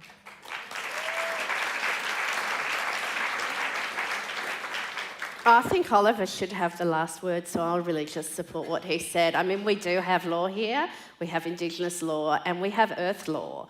And if we could better align ourselves with Earth law, then I think we'd start to align ourselves with the planet in a way that all beings might have the possibility of flourishing. And that's what we call cultural law. Yep. Like, the laws that come from the land, that we don't make those laws. Yep. There's laws that we make because of the laws that we learn from the land, and they're to look after the land. Lightning teaches us fire law. It's a pretty powerful story. So that's unfortunately all we have time for. I think that if there are many themes that came through the discussion, but the most powerful one is that if we're not getting the leadership that we need on this issue, we need to be the leadership that we need on this issue. And I would like to thank our panel, and I would like you to join me in thanking our panel for a really fantastic discussion.